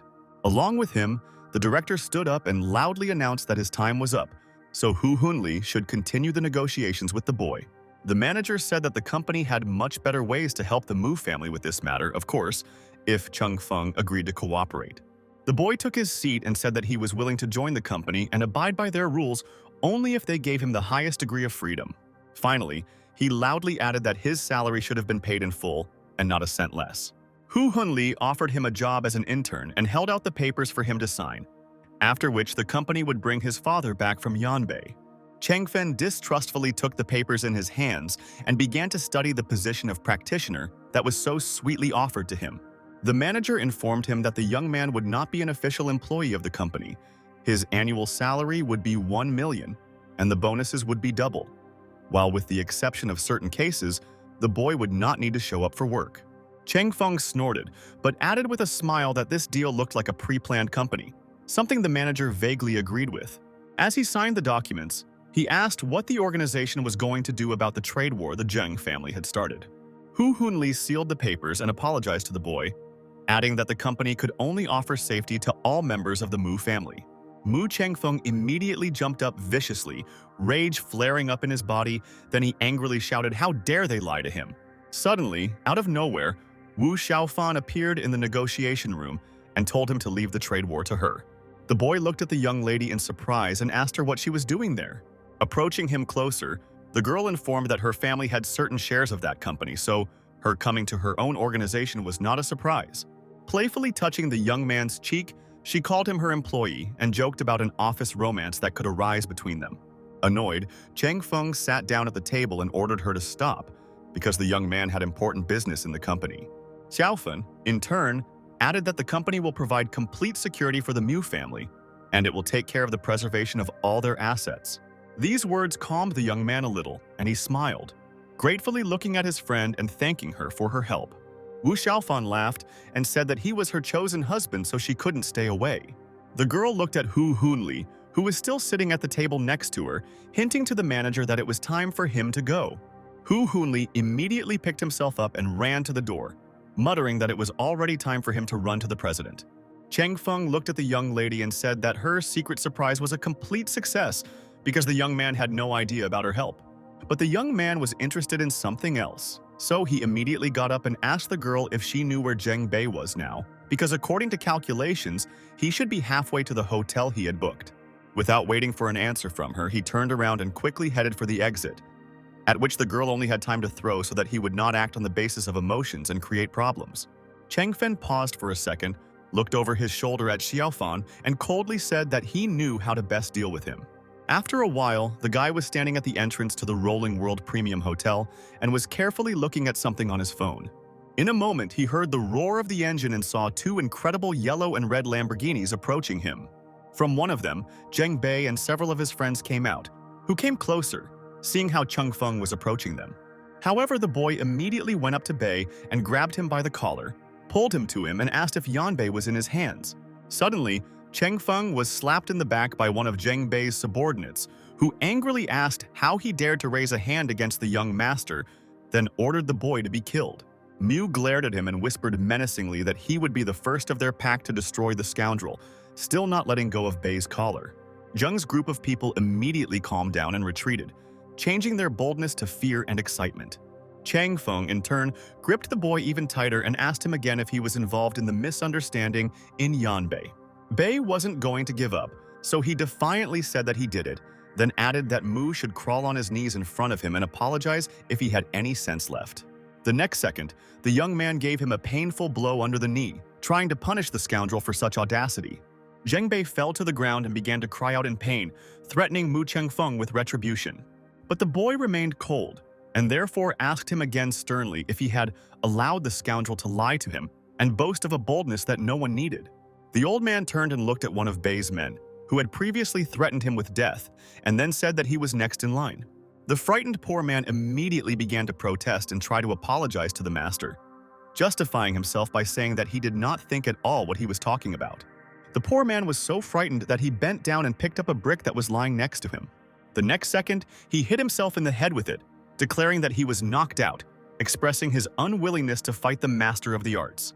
Chang Feng walked over to Bei, crouched down in front of him, and menacingly asked whose idea it was to massacre Yan Bei, meaning him or the head of the Zheng family. But when he looked up, the boy only cried out in pain that Mu Chengfeng had broken both of his legs. In the next second, the boy was slapped hard on the face, realizing that such words towards Chengfeng were wrong. However, he rose to his knees and with rage in his eyes said that the scoundrel would not have had the spirit and strength to kill him. A moment later, he received another slap on the other side of his face, barely able to stay on his knees without falling down. He raised his angry gaze at Mu Chengfeng again and said that even if the young man had been killed, he still knew where the Mu family's villa was. Mu Chengfeng raised his hand again and swung at the shameless one to give him a third, final slap, but something stopped him. Behind him, the young man heard the angry voice of Zheng Qi, Bei's sister, loudly calling for him to stop immediately. However, he was not deterred by her pleas, and a moment later, the young man hit Zheng Bei again so that he flew several meters and fell. The girl immediately ran to her brother, who was lying motionless on the ground, while Mu remained standing and looking at them with a cold gaze. Even though the motionless boy was in his own sister's arms, Cheng Feng once again menacingly asked him if he was involved in his father's case. Zheng Qi, who was carefully holding her brother's head in her lap, let out a menacing cry that Cheng Feng had deeply disappointed her expectations of him. Mu laughed out loud at such a bold statement, then added that the young lady should disappear from his sight, as he never beat women. The young lady, meanwhile, tried to bring Bei to his senses, reproaching the young man that even knowing about their close relationship, he dared to injure her brother so badly. The girl screamed angrily, ordering the boy to apologize to her, or else this was the last time he would see her this close. Chengfen silently turned around and threw over his shoulder that the beauty was too self-confident. Finally, he added that the girl was lucky not to be in their fight because there were games in the world in which she was not allowed to play. The young woman, in turn, only had to shout at him after the threats and say that the scoundrel would regret what he had done. Cheng Feng stopped, turned around, and looking into her eyes, coldly said that that day was just the beginning of the real payback. Hu Hunli, who was closely watching the situation from the car, called Mr. Liu and said that the boy did not aggravate the problem. After agreeing with the boss several times, the manager said that he would immediately take some measures against Yan Bei. The sky that evening was covered with dark rain clouds, which made the hospital building much more eerie and scary. Zheng Bei was lying in the ward and was extremely unhappy that the doctor had ordered him to recover for the next 3 months. Zheng Qi handed her brother the apple she had peeled for him and asked what made Cheng Feng commit such an atrocity without any respect for the two great families. But the boy angrily knocked the apple out of her hands and shouted at his sister, reproaching her for the fact that women had no right to get involved in such matters. The girl was not going to tolerate such disrespect and therefore threatened that she was his older sister and he should respect her. He growled that the girl would no longer be a member of the Zheng family when she married anyway, so she should know her place. Zheng Qi's courage disappeared somewhere, and the young lady turned around, wiping the tears from her eyes, because besides her brother, her own father treated the poor girl just as terribly. She suddenly remembered the words of Wu Xiaofan, who said that the girl overestimated herself and her capabilities. But after pulling herself together, she turned back to her brother and said that no matter if she ever married, she would always be a member of the Zheng family. Bei leaned back on his bed and looked blankly out the window, muttering a few words under his breath, and the head of the Zheng family, Qi and Bei's father, suddenly entered their room. Walking closer to the bed where his son was lying, he ordered Zheng Qi to leave the room and leave them. The girl smiled sweetly, got up and obediently left the room, obeying her father. She slammed the door behind her and Zheng Bei was left alone with the burly fat man. The man approached his already disfigured son and swinging hard hit the poor man in the face, asking how he could be so mischievous. Bei angrily sat up on the bed and shouted that he wanted to get Chang Feng dead because killing him was the boy's greatest desire in the world. The man lit another cigar, stuffed it into his mouth, and said that the Flying Stars Company had refused the job they were offering. Zheng Bi immediately jumped up and shouted angrily that those scoundrels could not do such a thing because they were ready to do anything for money. The next second, he received another slap on the face for speaking in such a contemptuous tone to his father. The man sat down in the chair next to his bed and said that Cheng Feng probably had connections in the Flying Star Society, but that was not the main problem. He informed his son that he had set their plan in motion ahead of time, causing the group to be in chaos by now. On the territory of Tannier Huafu, meanwhile, there were desperate battles within the training. Chengfen held Yulin's hand and guided it, commanding that the sword moved with her gaze and the hand moved with the sword. The boy tried to teach the girl to fight and therefore explained that the movements were made with several smooth waves of the hand. The young lady tried to remember his every word, but she could not concentrate because the boy was so close to her. Miu gently took the girl's hand and ordered her to clear her mind of unnecessary thoughts, after which the girl had to concentrate and follow his movements. After some time, when Yulin was already tired and her friends decided to take a break, she asked the young man why he was trying to teach her martial arts. The guy demonstrated his skill with a sword by accidentally cutting a tank of water, after which he said that he taught her this for self-defense, because after learning combat skills, no one will be able to mock the girl. The young lady's eyes lit up and she giggled happily, glad that Cheng Feng was trying to teach her such a wonderful technique. Suddenly, someone's disgruntled cry rang out from the house, which was wailing that the water in the shower had disappeared and he had been electrocuted. Yulin laughed as Mu grabbed her and dragged her along, shouting that they would have to pay for what they had done if they were caught. After a few minutes of trying to escape, the friends finally found themselves in the apartment, where nothing threatened them. Chengfen stared at Zi Yulin in silence and thought that he had never noticed how beautiful the young lady was before. She immediately took a step towards him, intending to say something, but the young man covered her mouth with his finger, ordering her not to say anything. He approached the young lady and their hearts began to beat several times faster, when suddenly, such a wonderful romantic moment was interrupted by a phone call. Chengfen angrily took his phone out of his pocket, muttering under his breath that some scoundrel had ruined such a good moment. Yulin immediately turned around and quickly told the master that he should take care of all his affairs first, while the young lady would go and take a shower. The boy was still looking at the screen of his phone, where old Mu's name was displayed, and hoped that the call was worth it. He picked up the phone and immediately heard the worried voice of his grandfather, who told him about the huge problem of the group and asked the boy to come to the villa immediately. Less than half an hour later, Mu Chengfeng found himself in front of the massive gate of the Mu family's luxurious villa. Sitting down in the living room, he said that those around him should have had an incredibly important reason to summon him so urgently. But Grandpa Mu came up to him in an instant and seriously asked if it was the boy who beat Zheng Bei so badly that he went to the hospital. Mu exhaustedly grabbed his forehead and said that the scoundrel had insulted him, and the beatings looked like several slaps that he prescribed to the insolent. His younger brother's mother immediately ran up to him, angrily asking if the young man had already harmed the Mu family enough. The guy looked down on the woman and reproached her for the fact that the young lady was still under house arrest, and therefore she should not have been released to people at all.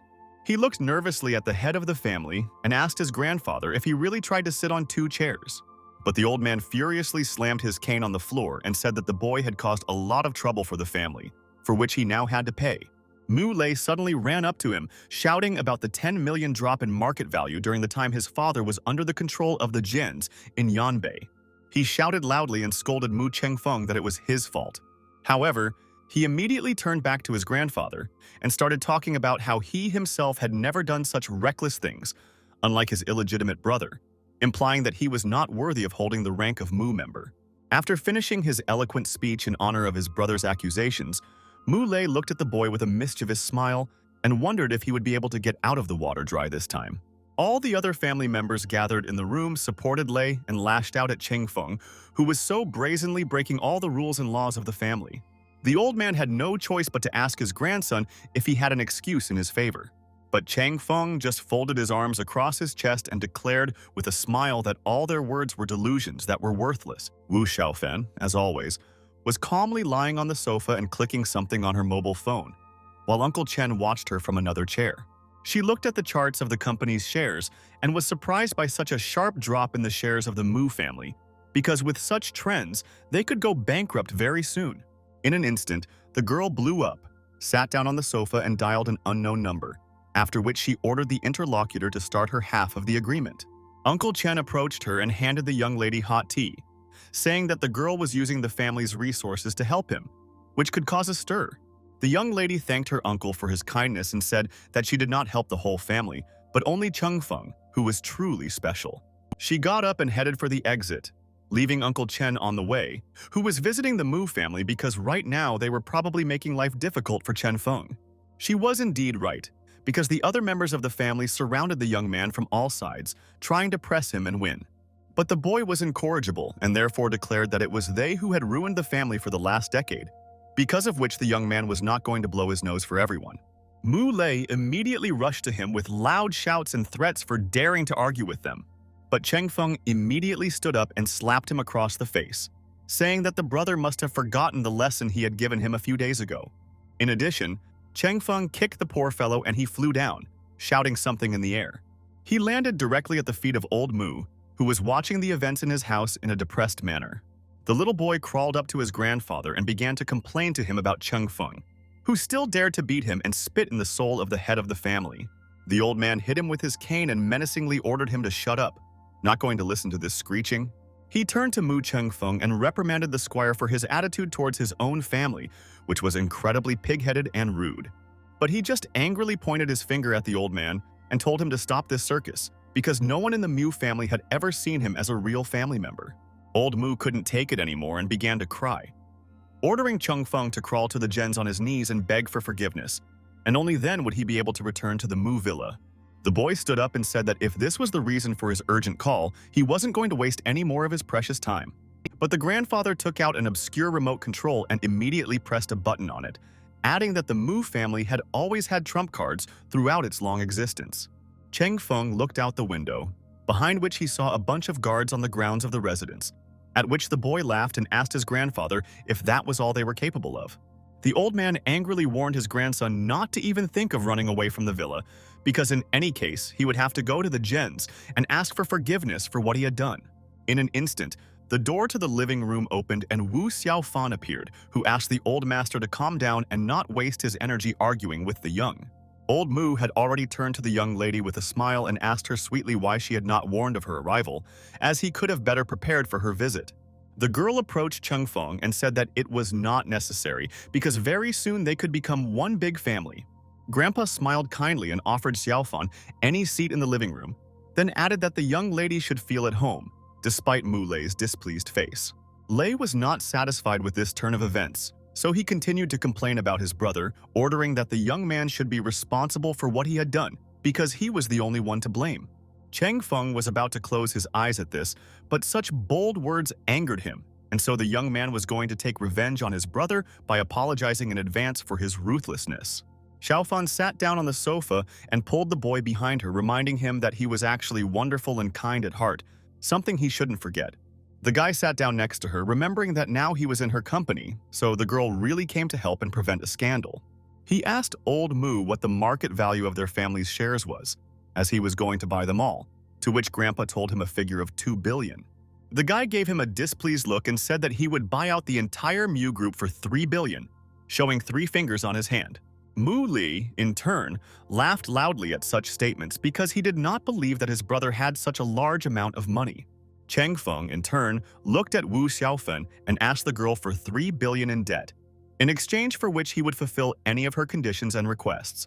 The young lady smiled and said that the boy could have taken the money as her dowry, and that's why he shouldn't have returned it. The old man stood up satisfied, and seeing the amount of 4 billion in his own account, suggested that the old man finally sign the contract. After some time, they were already sitting in the office of the head of the family and dutifully signing the necessary documents for the transfer of shares. After receiving all the necessary signatures, Cheng Feng stood up and declared that the Mu Group now belonged to him, so his relatives should not bother him with such matters. Mu Li laughed because the company, which was on the verge of bankruptcy, could only be bought by a telepunch, but 3 billion would be enough for them to live a wonderful life. He turned to Miss Wu and said that her taste in men was terrible because she had decided to choose his brother, who so impudently begged the young lady for money. The girl indignantly folded her hands on her chest and declared that she was the happiest no matter what. Realizing that Miss Wu was going to stay, the old man ironically asked the girl if she didn't have enough drama in her life. The young lady, in turn, smiled and said that she was not going to go anywhere, because the show was just beginning.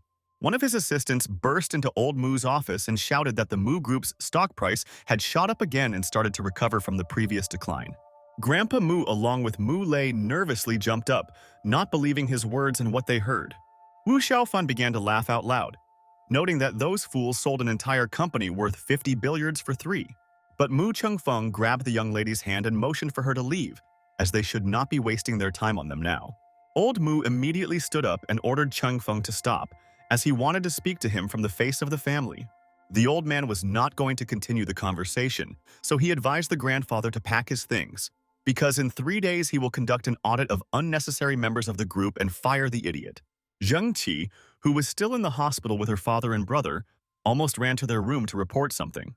She burst into the ward and said that she had bad news, but he just growled angrily at her daughter, asking who had let her in. The girl said that their stock had started to plummet, which is why they had just lost more than 30 billion. The man immediately took out his mobile phone, not believing her words and eager to check for himself, after which he actually saw the unspeakable drop in the stock due to the Wu family's machinations. Zheng Qi offered her father a glass of water so that he would calm down a bit, and with a cool head, they could think together about what could be done. The man slapped his daughter in the face, scolded her for not even being able to handle the daughter of the Wu family for being clumsy. Tears came to the girl's eyes and she grabbed her reddened cheek with her hand, trying to say something. However, the father angrily turned around and headed for the exit, stopping Qi and telling her to shut up, because he didn't want to listen to her excuses. The poor thing fell to the ground and shed tears of grief just because she was a woman, because that was what made her miserable. Bei decided to support his sister in some way, so he said that she would always be a member of the Zheng family and help until her marriage. The young lady stood up and comfortingly said that regardless of her father's attitude, she would always help her family as long as she had the strength. Zheng Qi left the room, pondering the plan that had just been brewing in her mind to at least somehow save her family. She dialed Mu Chengfeng's number and suggested that she meet soon. Not long after her call, the two of them were strolling through Yuzhou Central Park.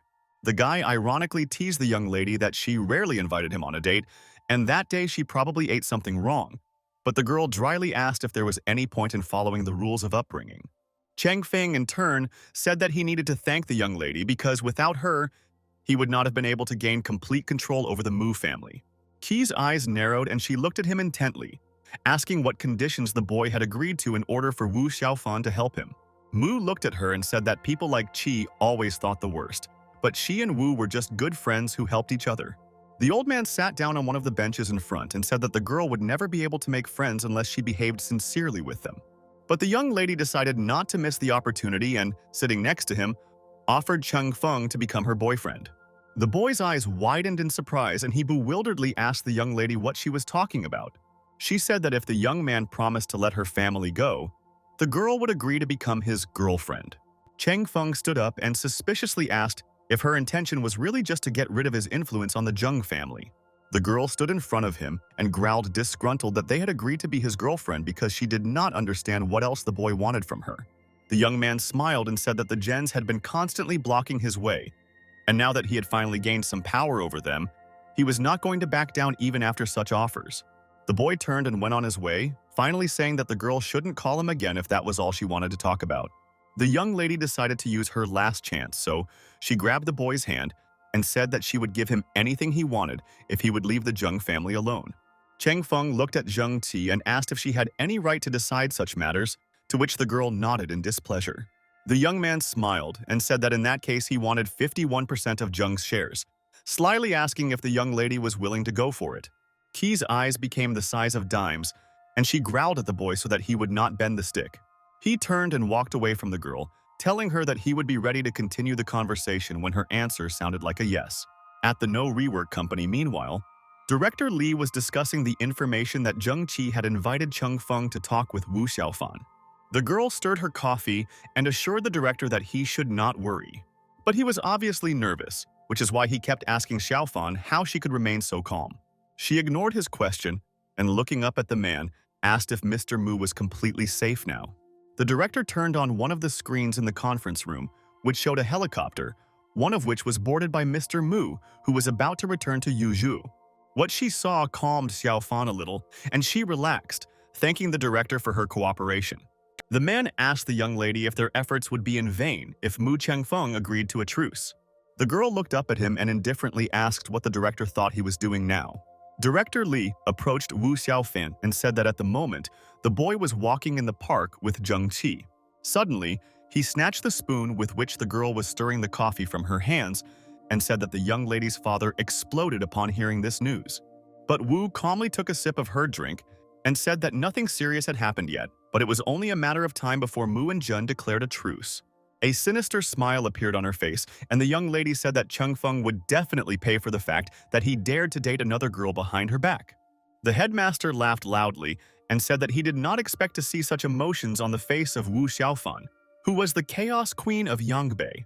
Suddenly, Hu Hunli burst into the meeting room and announced that the gens had contacted the White Lotus sect, and therefore the risk of the problem getting out of control was increasing. The director reviewed the documents that the manager had brought him and ordered everyone to prepare for the plan as thoroughly as possible, while he, in the meantime, would come up with the best way to solve the problem. Hu Hunli agreed with the master and headed for the exit, adding that this was what he was doing.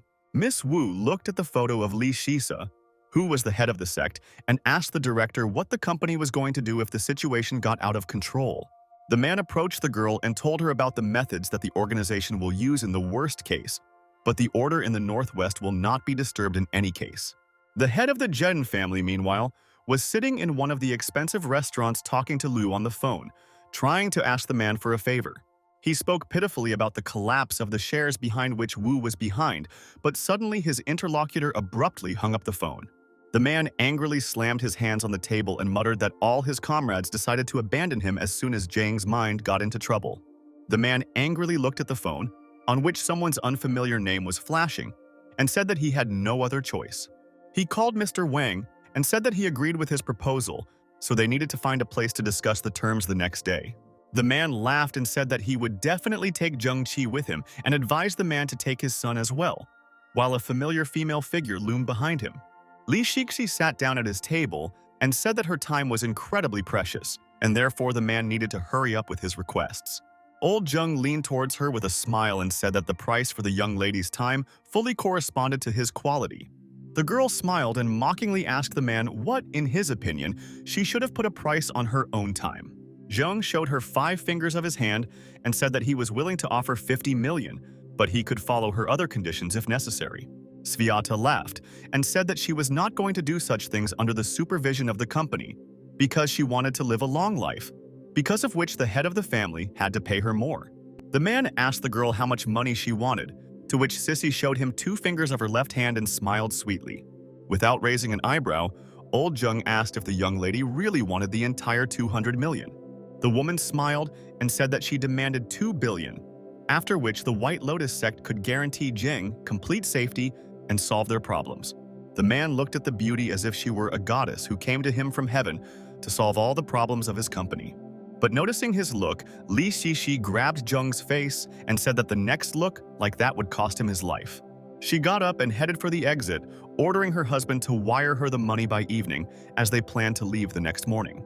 After a while, old Zheng was already sitting in another restaurant with Zheng Qi, waiting for their future partners. The girl immediately told her father that they could not give in to the demands of the Wangs in any case. The man looked up at her with displeasure and asked in annoyance how long the young lady had been in charge of anything in the Zheng family. He added that in a cruel world, women had to pay a high price for success or turn into pitiful servants, after which the man pointed to a waitress who was just passing by. Then he turned his eyes to his own daughter again and reproachfully asked if she really wanted her own family to fall so low, but she remained silent. In an instant, the image of Mr. Wang and his son, who was walking behind, was drawn in front of them, who were just approaching their table and apologized for being late. The men shook hands and Zheng said that they had also recently arrived, so there was no need to apologize. Mr. Wang looked at Zheng Qi and gave the girl a few compliments, because the last time he saw the beauty was when she was still very young. He slapped his son on the shoulders for not allowing himself to greet the guests. After such kind encouragement, Wang Jizcheng immediately awkwardly greeted Mr. Zheng and Qi. A waitress who had just finished setting the table and was pouring tea approached the boy, asking if he wanted anything else. But suddenly she got distracted and a few drops spilled onto her hand, after which the poor woman immediately started apologizing to the guest. But he, calmly reacting, advised the girl to just go back to work. Mr. Zheng noticed the young man's good-naturedness and said that, unlike him, his qi would definitely raise a ruckus. Wang Jizchun said that the man was too kind to him because that waitress couldn't afford to pay for his shirt, which cost her a year's salary. In addition, he added that the service staff worked very hard for a few pennies, so they should be treated with respect. Old Zheng praised Mr. Wang for such a wonderful upbringing when he, in turn, asked the man to leave because the young people needed to talk alone. Wang Jizchung gently took Qi's hand and said that he saw no problem at all, so they could play the wedding as soon as possible. The boy raised his blue eyes at her and said that he would need 51% of the Zheng Group's shares as a dowry. Upon hearing this, Mr. Zheng made a displeased face and told the boy that it was too much even for him. But Wang, without losing the smile on his face, said that the master was wrong because their family was the only one who could help the Zheng family. But suddenly, Zheng Qi yanked her hand out of his embrace and rudely asked when she had consented to the wedding, after which she heard her father harshly scold her for saying such things. The girl jumped up furiously and, clapping her hands, exclaimed that she knew what she was doing and therefore she was not going to marry a bachelor. She left the table and headed for the exit, noting that she was on her own from that moment on. After leaving the restaurant, the young lady called Mu Chengfeng and asked him for another conversation, then added that she would wait for the boy at the Gold Silk Hotel. Gold Silk was the newest hotel in the city, which was built by the incredibly famous architects of China and stood right in the center. Zhang Qi had just come out of the shower, muttering to herself that from that moment on, she really decided everything on her own, not going to listen to her father or brother. Suddenly, she got a call. The girl picked up the phone and on the other side heard Bei's angry screams, who shouted that the girl had ruined their whole life, but she shut him up and said that she knew how to act. He asked his sister if she was going to meet Chengfeng, but she did not answer his question and said that it was none of his business. Unexpectedly, the girl heard a knock on the door and the familiar voice of Chengfeng asking her to open it. He immediately went to the door and opened it, greeting the boy, who was surprised that the girl had just come out of the shower. She invited him to the room without explaining anything and without saying a word. He went to the window and closed it with curtains, arguing that he did not want to catch extra eyes on himself, to which the young lady agreed and offered him a drink. Miu took the glass and sat down on the chair, asking if the girl had really thought it through, but she poured out the wine without having time to say anything. After recovering from the alcohol that hit her head sharply, the young lady said that she could offer Chengfeng 10% of her shares. He looked at the girl in disbelief and asked if this was exactly the decision she had been thinking about for a long time and for which she called him. The guy leaned back in his chair and said that he wasn't going to help her control the Zheng family and their company's crisis for only 10% of the shares, so she tried to offer him 20%. Mr. Zheng, meanwhile, tried to call his own daughter, but each time her caller repeated that the number was unavailable. He looked awkwardly at the Wangs and said that the young lady was completely unreasonable, so he apologized for the inconvenience. Wang Jizchun smiled sweetly and said that it was no big deal because they could talk next time. He and his father stood up, after which the young man finally said that next time, their conditions would not be the same as this one.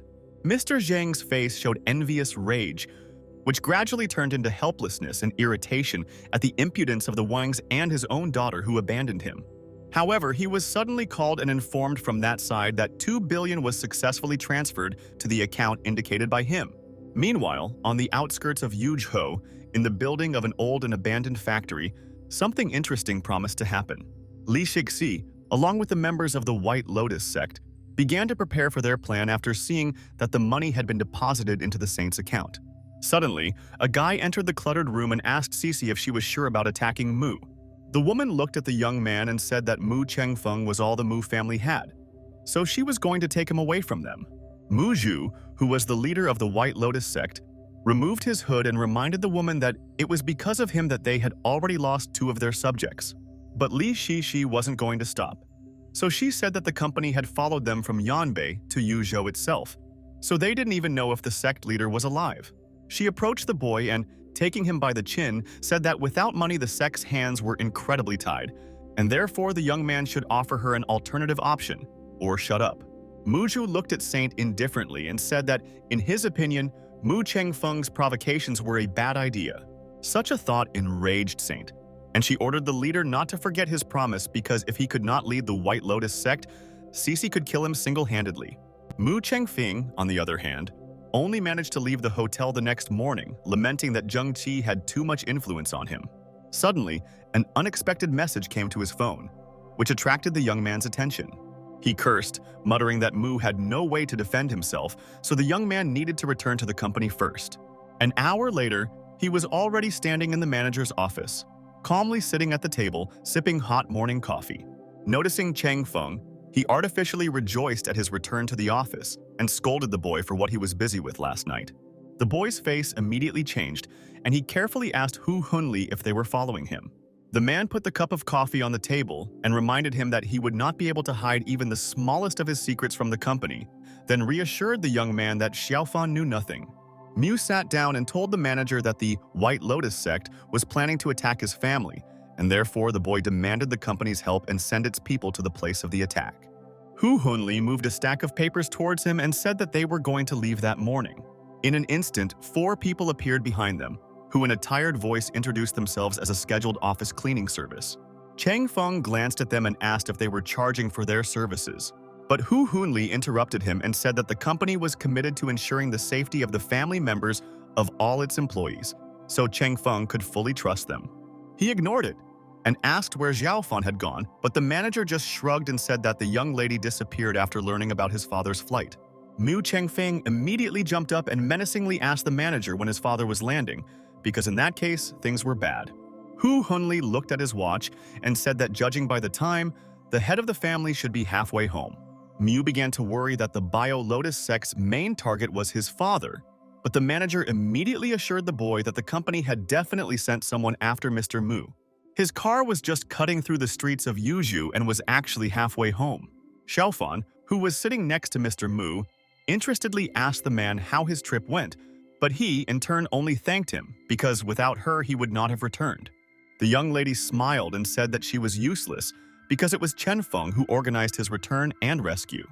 But Mr. Mu stopped her, telling her not to talk about his son, as he knew him much better than Wu Xiaofan. The young lady tried to say something else, but the man stopped her again and asked her to tell about how they met and got to know each other instead. A smile immediately appeared on Xiaofan's face, and the girl began to tell that it happened due to a strange coincidence of circumstances. Suddenly, Uncle Chen, who was driving, turned sharply into one of the alleys so that the car's tires squealed and screeched on the asphalt. The man gripped the steering wheel tightly and said that someone was following them, telling his passengers to be careful. Immediately in front of him on the road, he saw a huge white minivan standing directly in front of their car. Uncle Chen ordered everyone to hold on tighter because he was about to pull away, after which the man pressed the gas pedal with all his might and the car sped off. Glancing in the side mirror, he scoffed at the minivan drivers as they tried to overtake him without knowing Uncle Chen's many years of driving experience. The minivan, which unexpectedly crashed into the traffic light at the corner of the street, was out of the game. But immediately on the road, a red motorcycle driven by Li Sisi appeared on the road. The girl stopped and shouted after Uncle Chen's car so that he would not even try to run away from her, because she would catch up with them anyway. The man decided not to take any chances, so he stopped and jumped out of the car, preparing to fight and ordering his passengers to run first. Li Shishi took off her helmet and with a smile asked ironically if the man really thought he could stop her, let alone defeat her. At that moment, they were surrounded on all sides by the White Lotus sect. Noticing that, Mr. Mu asked the young lady in which city his family crossed her path. But Wu Xiaofan got ahead of her and told her that it was the sect that was going to kill the master, then added that it was the handiwork of the Zhengs. Lia Xixi smiled and asked not to accuse her, since Mr. Zheng had paid them 2 million for Mr. Mu's head. After that, she added that the Wu family had absolutely nothing to do with it, but now they should blame themselves for poking their noses where they didn't belong. Wu Xiaofan immediately turned serious and declared menacingly that her family had never been afraid of threats, especially such brazen ones.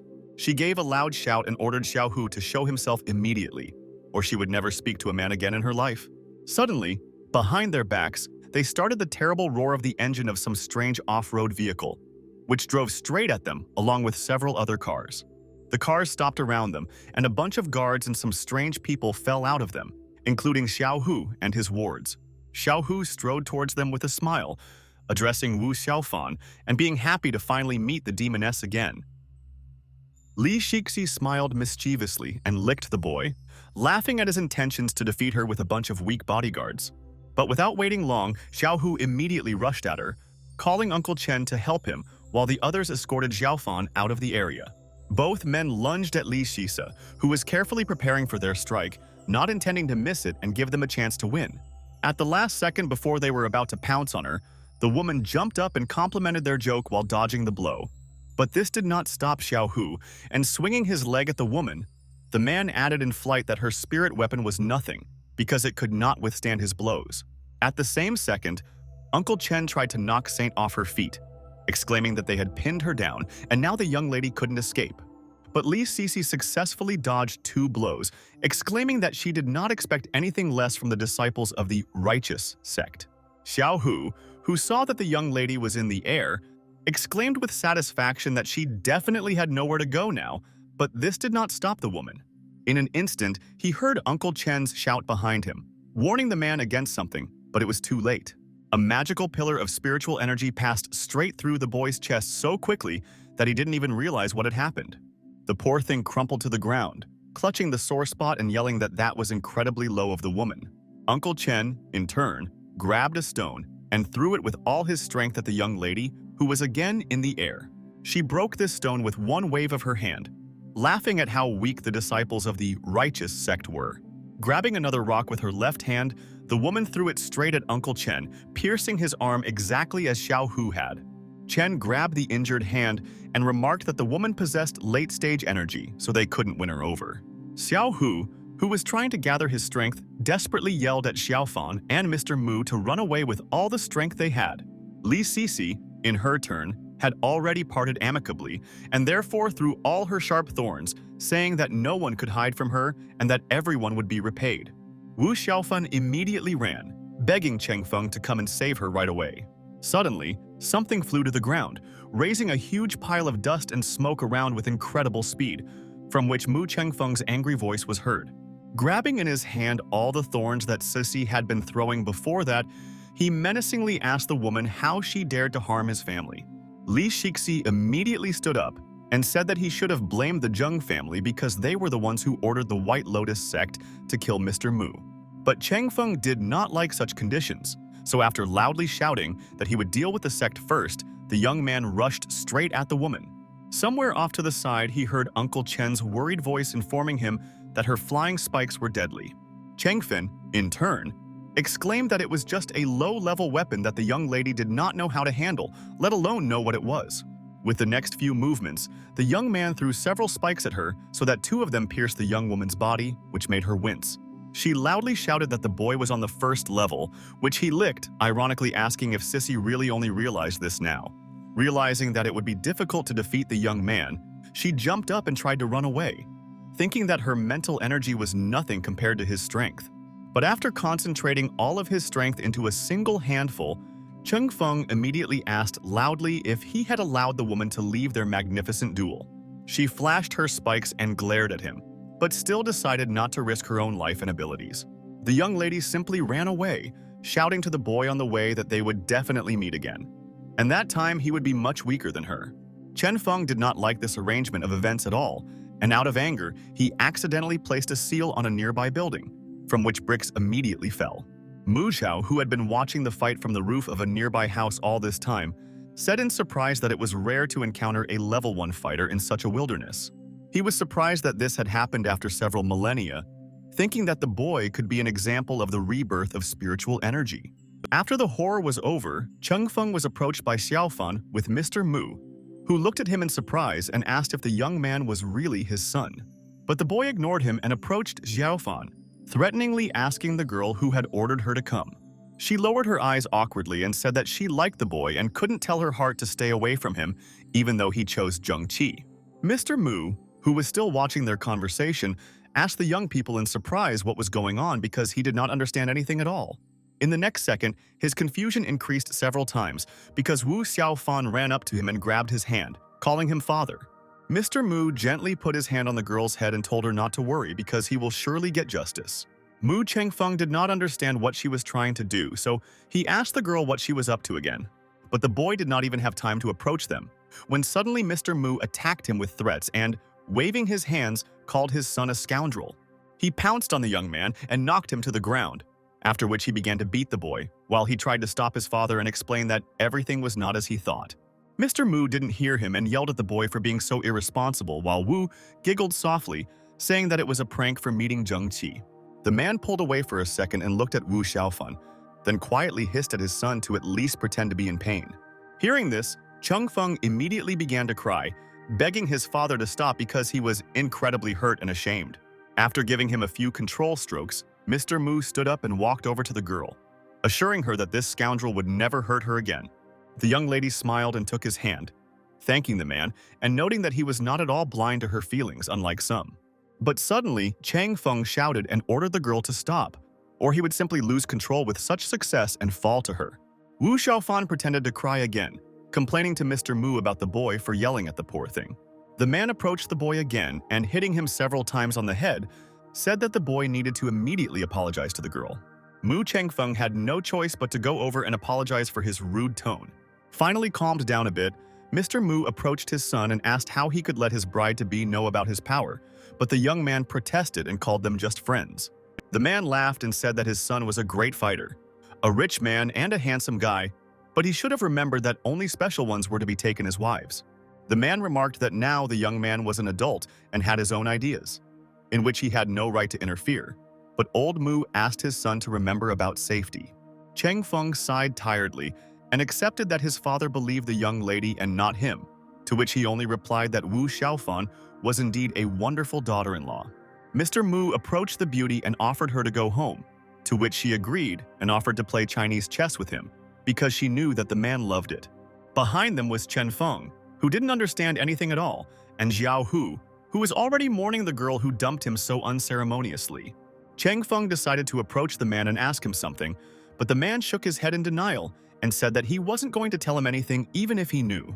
Mu laughed and said that Hu agreed like a child, which was why Xiao Fan disliked him, but the young man just slapped his hand away in displeasure and told the boy to get away. However, the two of them remained standing in the same place and watching the cars that were already leaving, when suddenly Cheng Feng said that he could pay the boy to kill someone.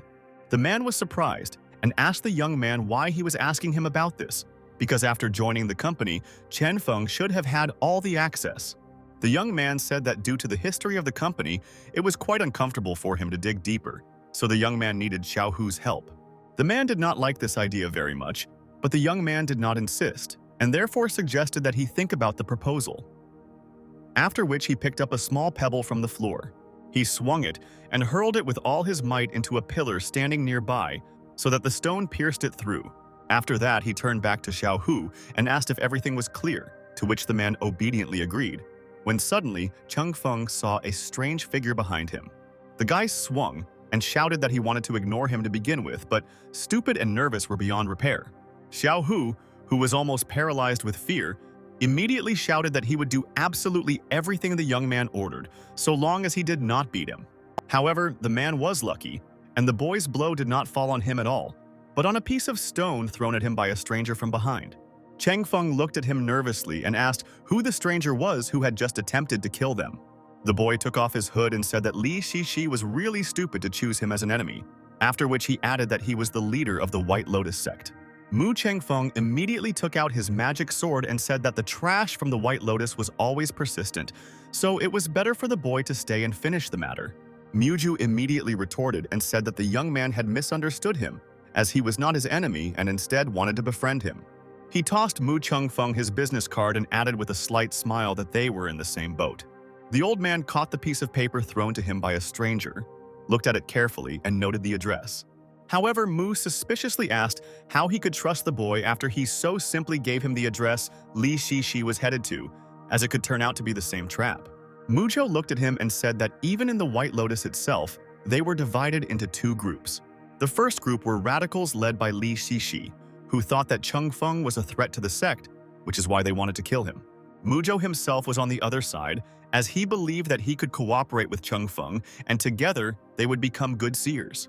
The next second, the boy leaped onto the lantern ahead with a pair of light arms and said that the enemy of his enemy was his friend, which was why they were in the same boat. Finally, The young man said that Cheng Feng could take this address as a gesture of friendship, after which he gave up that he hoped for cooperation. Having caught Mu Zhao off guard, Cheng Feng immediately took advantage of this and in the next second knocked the boy out of the lantern with a blow of incredible force. He didn't even have time to defend himself from the surprise, which is why he flew to the ground at full speed. Looking up at the young man offended, he asked if Cheng Feng really intended to fight the White Lotus for the rest of his days, as it would lead to mutual annihilation. The boy looked down at Mu Zhao and pointedly asked if he really thought he could destroy him. Taking out his sword, he added that he did not allow the sect leader to go anywhere after he had finished his eloquent speech, and Mu Zhao looked at the young man with a confused look and asked him what he was up to. But he did not hesitate to answer and said that only the strongest can reach the place under the sun. But Zhao just did not shine without his help. The boy bowed his head dejectedly, realizing that in strength and support and in general, Mu Chengfeng was undoubtedly superior to him, so he was in the mud. Trying not to waste his last chance, Mu Zhao reminded the boy that he still wanted to be his ally, even though his offer might seem presumptuous. Looking menacingly at the young man, he said that if he agreed, at the next meeting he would reveal to him the secret of the White Lotus sect, which related to the depletion of spiritual energy. The young man said that in the end, they both wanted to restore the spiritual energy of that world, so they parted ways at that very moment. Gathering all his courage into his fist, Mu Zhao tried to walk away again, only to hear Cheng Feng's disgruntled shout behind him, reprimanding him for running away like that. Placing his sword on his shoulder, Cheng Feng said that the boy attacked him first as soon as he arrived, so now it was time to pay for his precious time. Starting to count on his fingers, Mu noted that the boy was his salary, stress, transportation, food, and he needed about 10 million to cover it, which he thought was within the power of the sect leader. Mu Zhao angrily turned around and ordered the brat not to pressure him, or it could end badly. Cheng Feng laughed and said that the desire not to pay for this junk was completely normal, and to avoid it, the boy could simply join their company. Mu Zhao stopped again, turned around, and tossed the bank card to him, instructing Cheng Feng to take it. The young man grabbed her and said that he was inviting the young man to the company for tea, and also added that he could give him a few more people from the White Lotus as a bonus. Following Mu, Zhao Chengfeng blurted out that his company prided itself on its service, experience, and many other aspects that the young man would miss if he left them. Xiaohu finally remembered himself and scolded Mu for thinking too much about money, but the boy growled at him and said that the family's stock would triple tomorrow. Turning in his own direction, Cheng Feng blurted out that Xiaohu would never understand this, then for some reason thought about what Ji Yulin was doing now. Something told the boy that the young lady was on the roof of the Ski 2 residence, and he immediately headed there. Climbing up to the roof, he saw Yulin, who after only a few days of their training was already an incredibly skilled Dao master. Despite this, there were still some flaws hidden in her movements. Besides, Yulin was too soft, because if she was more cruel, the beauty could compete with the masters. Zai herself, meanwhile, ignored the young master and thought that she needed to work on herself much more to reach the same level he was at. Suddenly, behind her, she felt his breath, and then she heard a voice saying that her movements were a little unclear. The young man took her by the hands and ordered her to follow his aura, which herself guided the young lady's sword and followed the flow. A little upset, the girl asked the boy if she really was too slow because even after his explanations, she still didn't understand some aspects. Chengfen smiled sweetly and reminded her that the girl had just started cultivation, and with her rapid learning, she was a true monster, as most couldn't even reach the initial phase. Zi Yulin had already exclaimed here that she did not want to be a monster at all. Instead, she wanted to be his girlfriend and be with her husband always and everywhere. Cheng Feng stated that when the young lady got a little stronger, they could travel to different parts of the world together, which really motivated Yulin and made the girl ask where exactly the boy wanted to go. He gently touched her head and said that they were going to a completely different world, which was magnificent, bright, but incredibly dangerous, and it was necessary to prepare for it.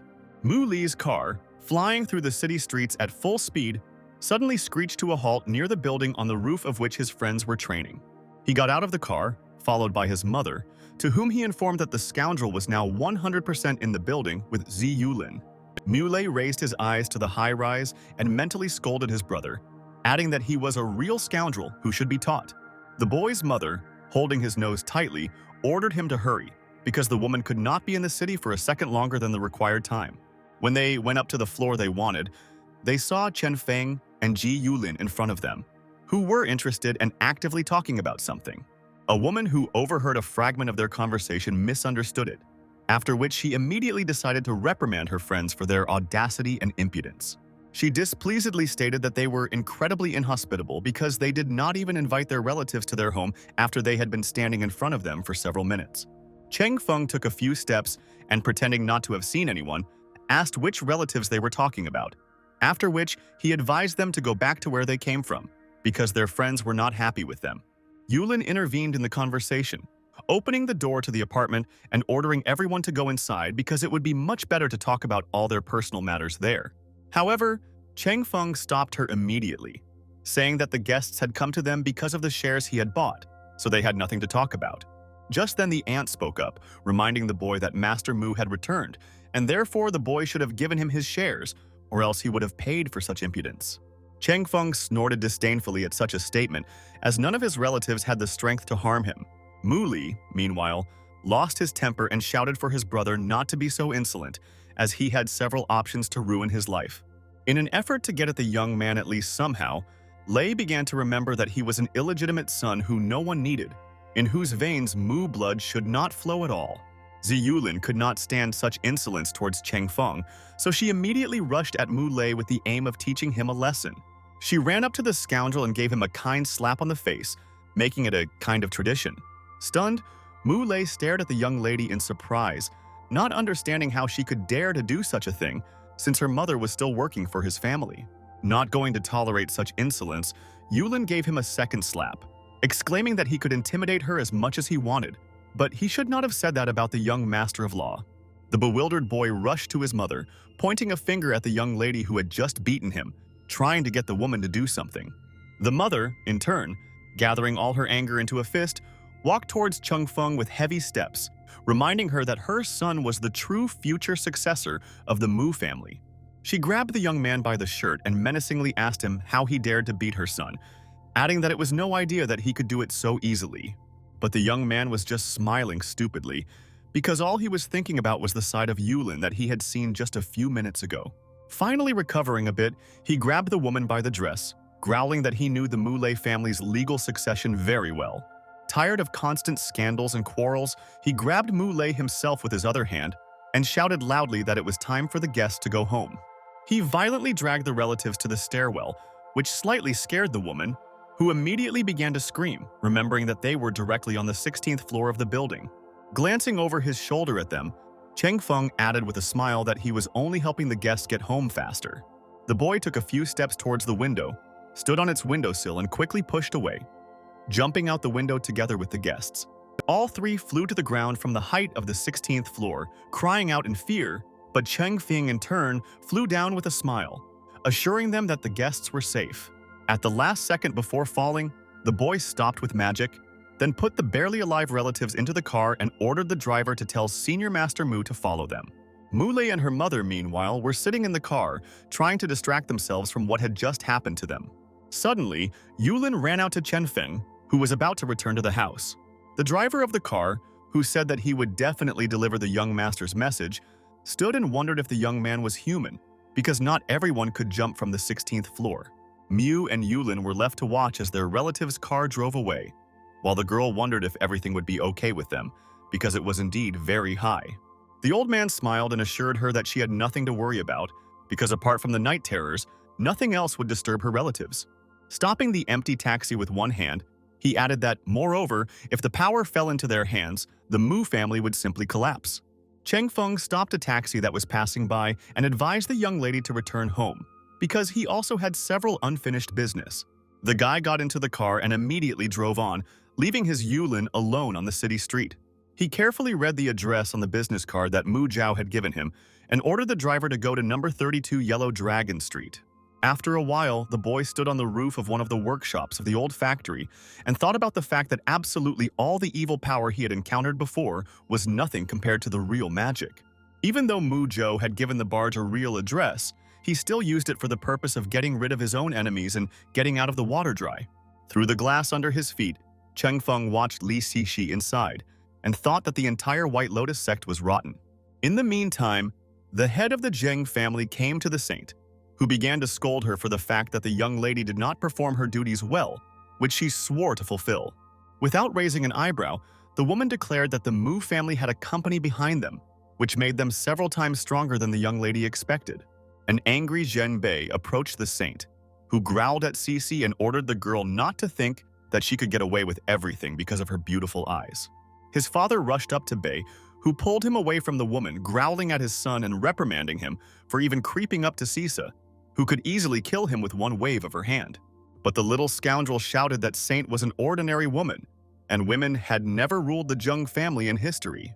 Old Zheng hit his son on the head, apologizing for his behavior in front of Li Cixi, excusing the fool by saying that he was small and irresponsible. She stood up and walked a little closer to Mr. Zheng, looking intently into his eyes and angrily asking what he thought of her. After that, she approached Zheng Bei and asked the young man if he thought she was beautiful, adding that if he ignored her question, he would simply die. The guys immediately got goosebumps on their backs, and he said in a trembling voice that the woman was indeed beautiful, but he did not dare to think about her anymore. In an attempt to save the day, Old Zheng handed the young lady a card with a balance of 100 million, trying to appease her anger and apologize once more for his son. Li Cixi grimaced in displeasure, scolding her husband for thinking that her time was worth only 100 worthless millions. Uncle Zheng immediately protested and said that she was worth 1 billion, but all he needed was for Saint to let him and his son go. Li Cixi turned around and headed for the exit, leaving the last to Old Zheng to control his little son much better. However, at the last moment, the girl wanted to take revenge on the scoundrel for his insolence, and therefore threw one of her deadly spikes into the boy. The poor man also screamed in pain, writhed, and fell to the ground, not understanding what had happened to him. Old Zheng immediately shouted at Saint that she did not keep her word, as she had promised him not to kill his son. The woman in turn laughed and said that she only gave the boy a life lesson, as a result of which he would not die but only suffer a little.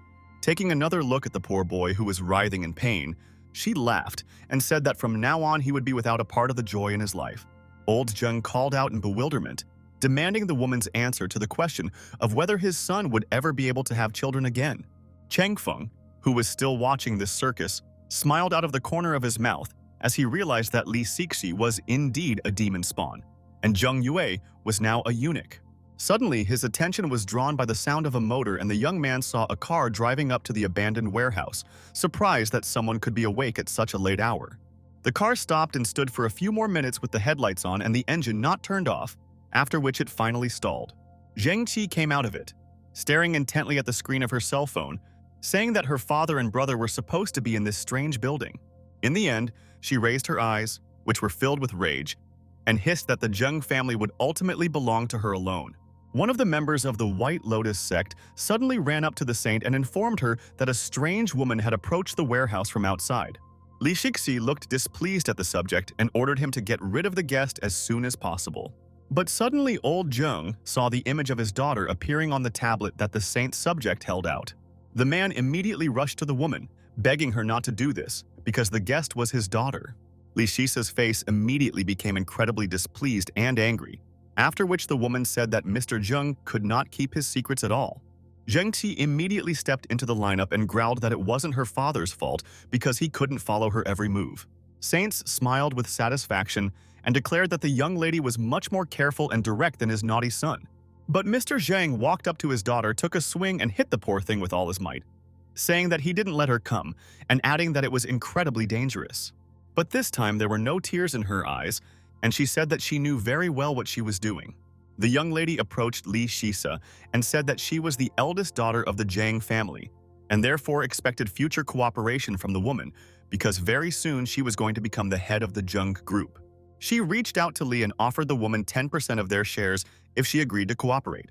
Li Cixi, in turn, introduced herself and honestly admitted that Miss Zheng's proposal was very good and promising. But taking out one of her knitting needles, she said with rage in her eyes that she could kill every member of the family here and now, after which the shares would automatically belong to her.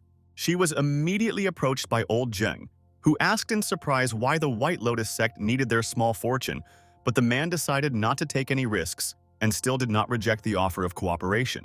He again approached his daughter and hit her hard, ordering the girl to take her younger brother and go home.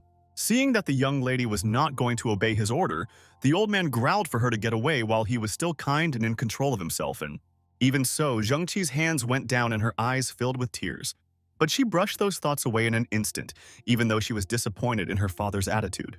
The girl agreed with her father and said that she would fulfill his request, after which she headed to her wounded younger brother. He, in turn, took out a piece of paper from his pocket and threw it at his sister, shouting at her to move faster.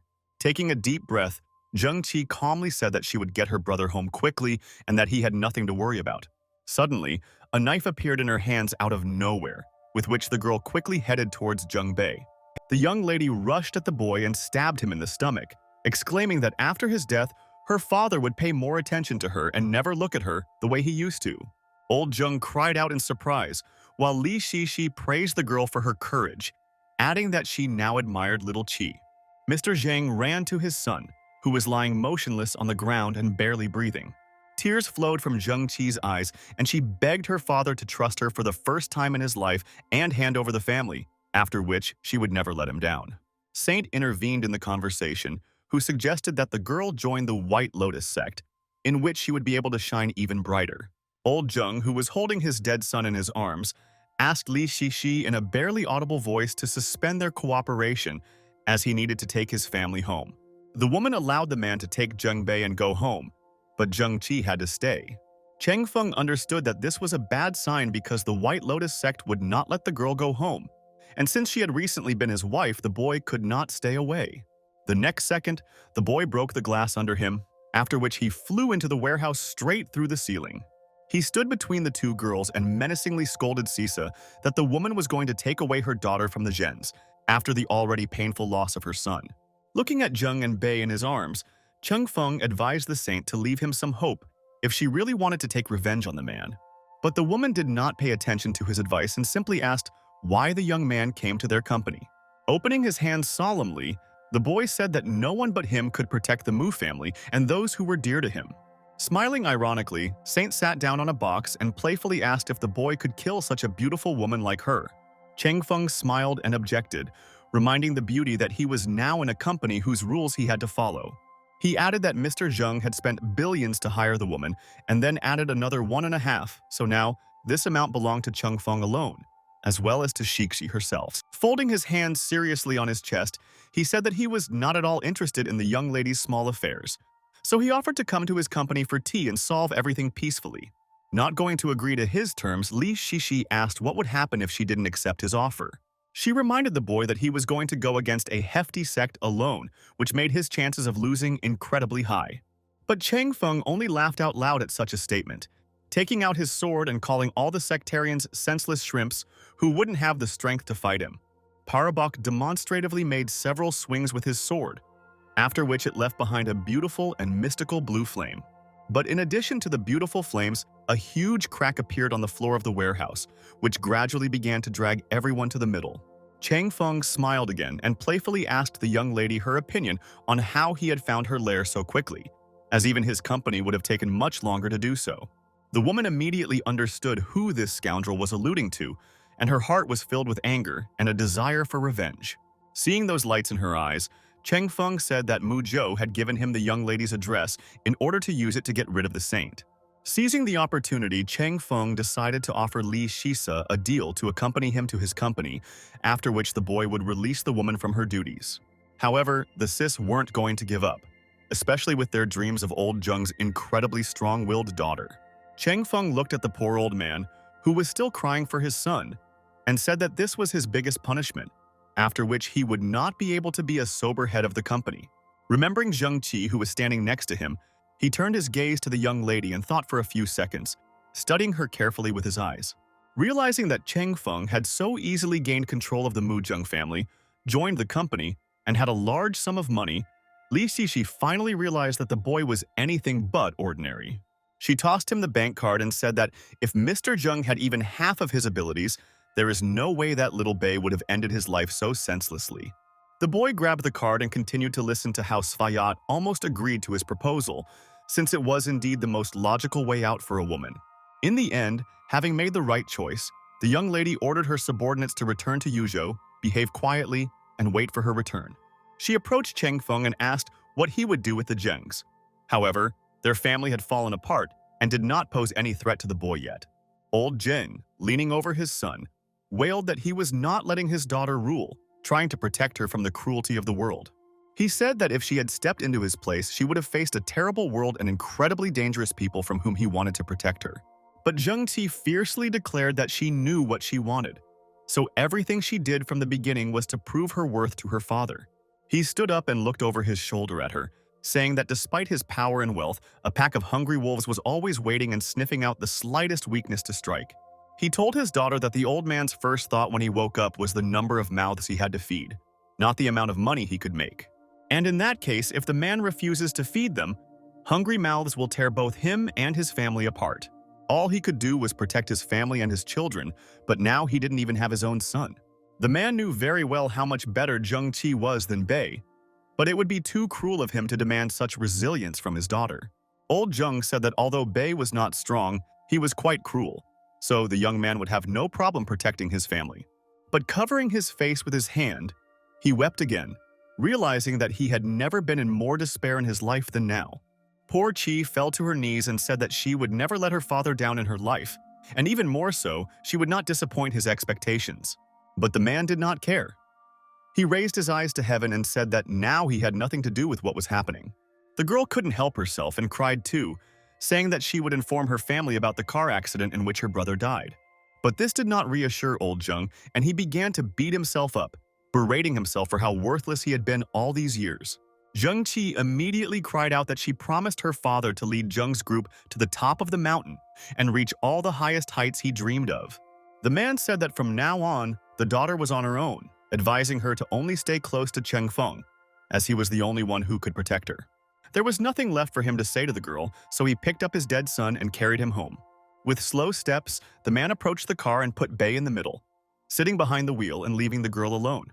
She approached Cheng Feng's car, who gladly offered to help the girl and drive her to where she needed to go. But the young lady shook her head disapprovingly and said that she wanted to be alone, so they should have gone first. She remained in the warehouse alone with herself, watching as Cheng Feng's car slowly drove further and further away. Li Shixi, who was driving the car, scolded the boy for leaving his woman alone so easily, but Mu knew how stubborn and strong Qi was. Cheng Feng looked at the saint and said that in his opinion the woman had never fallen in love in her life, to which she agreed, snorting contemptuously and scolding all the men in the world. She remembered that the boy was going to ask her something, so she wondered what the question should be. The young man said that there was almost no mental energy left on this planet, so he wondered what had happened to it.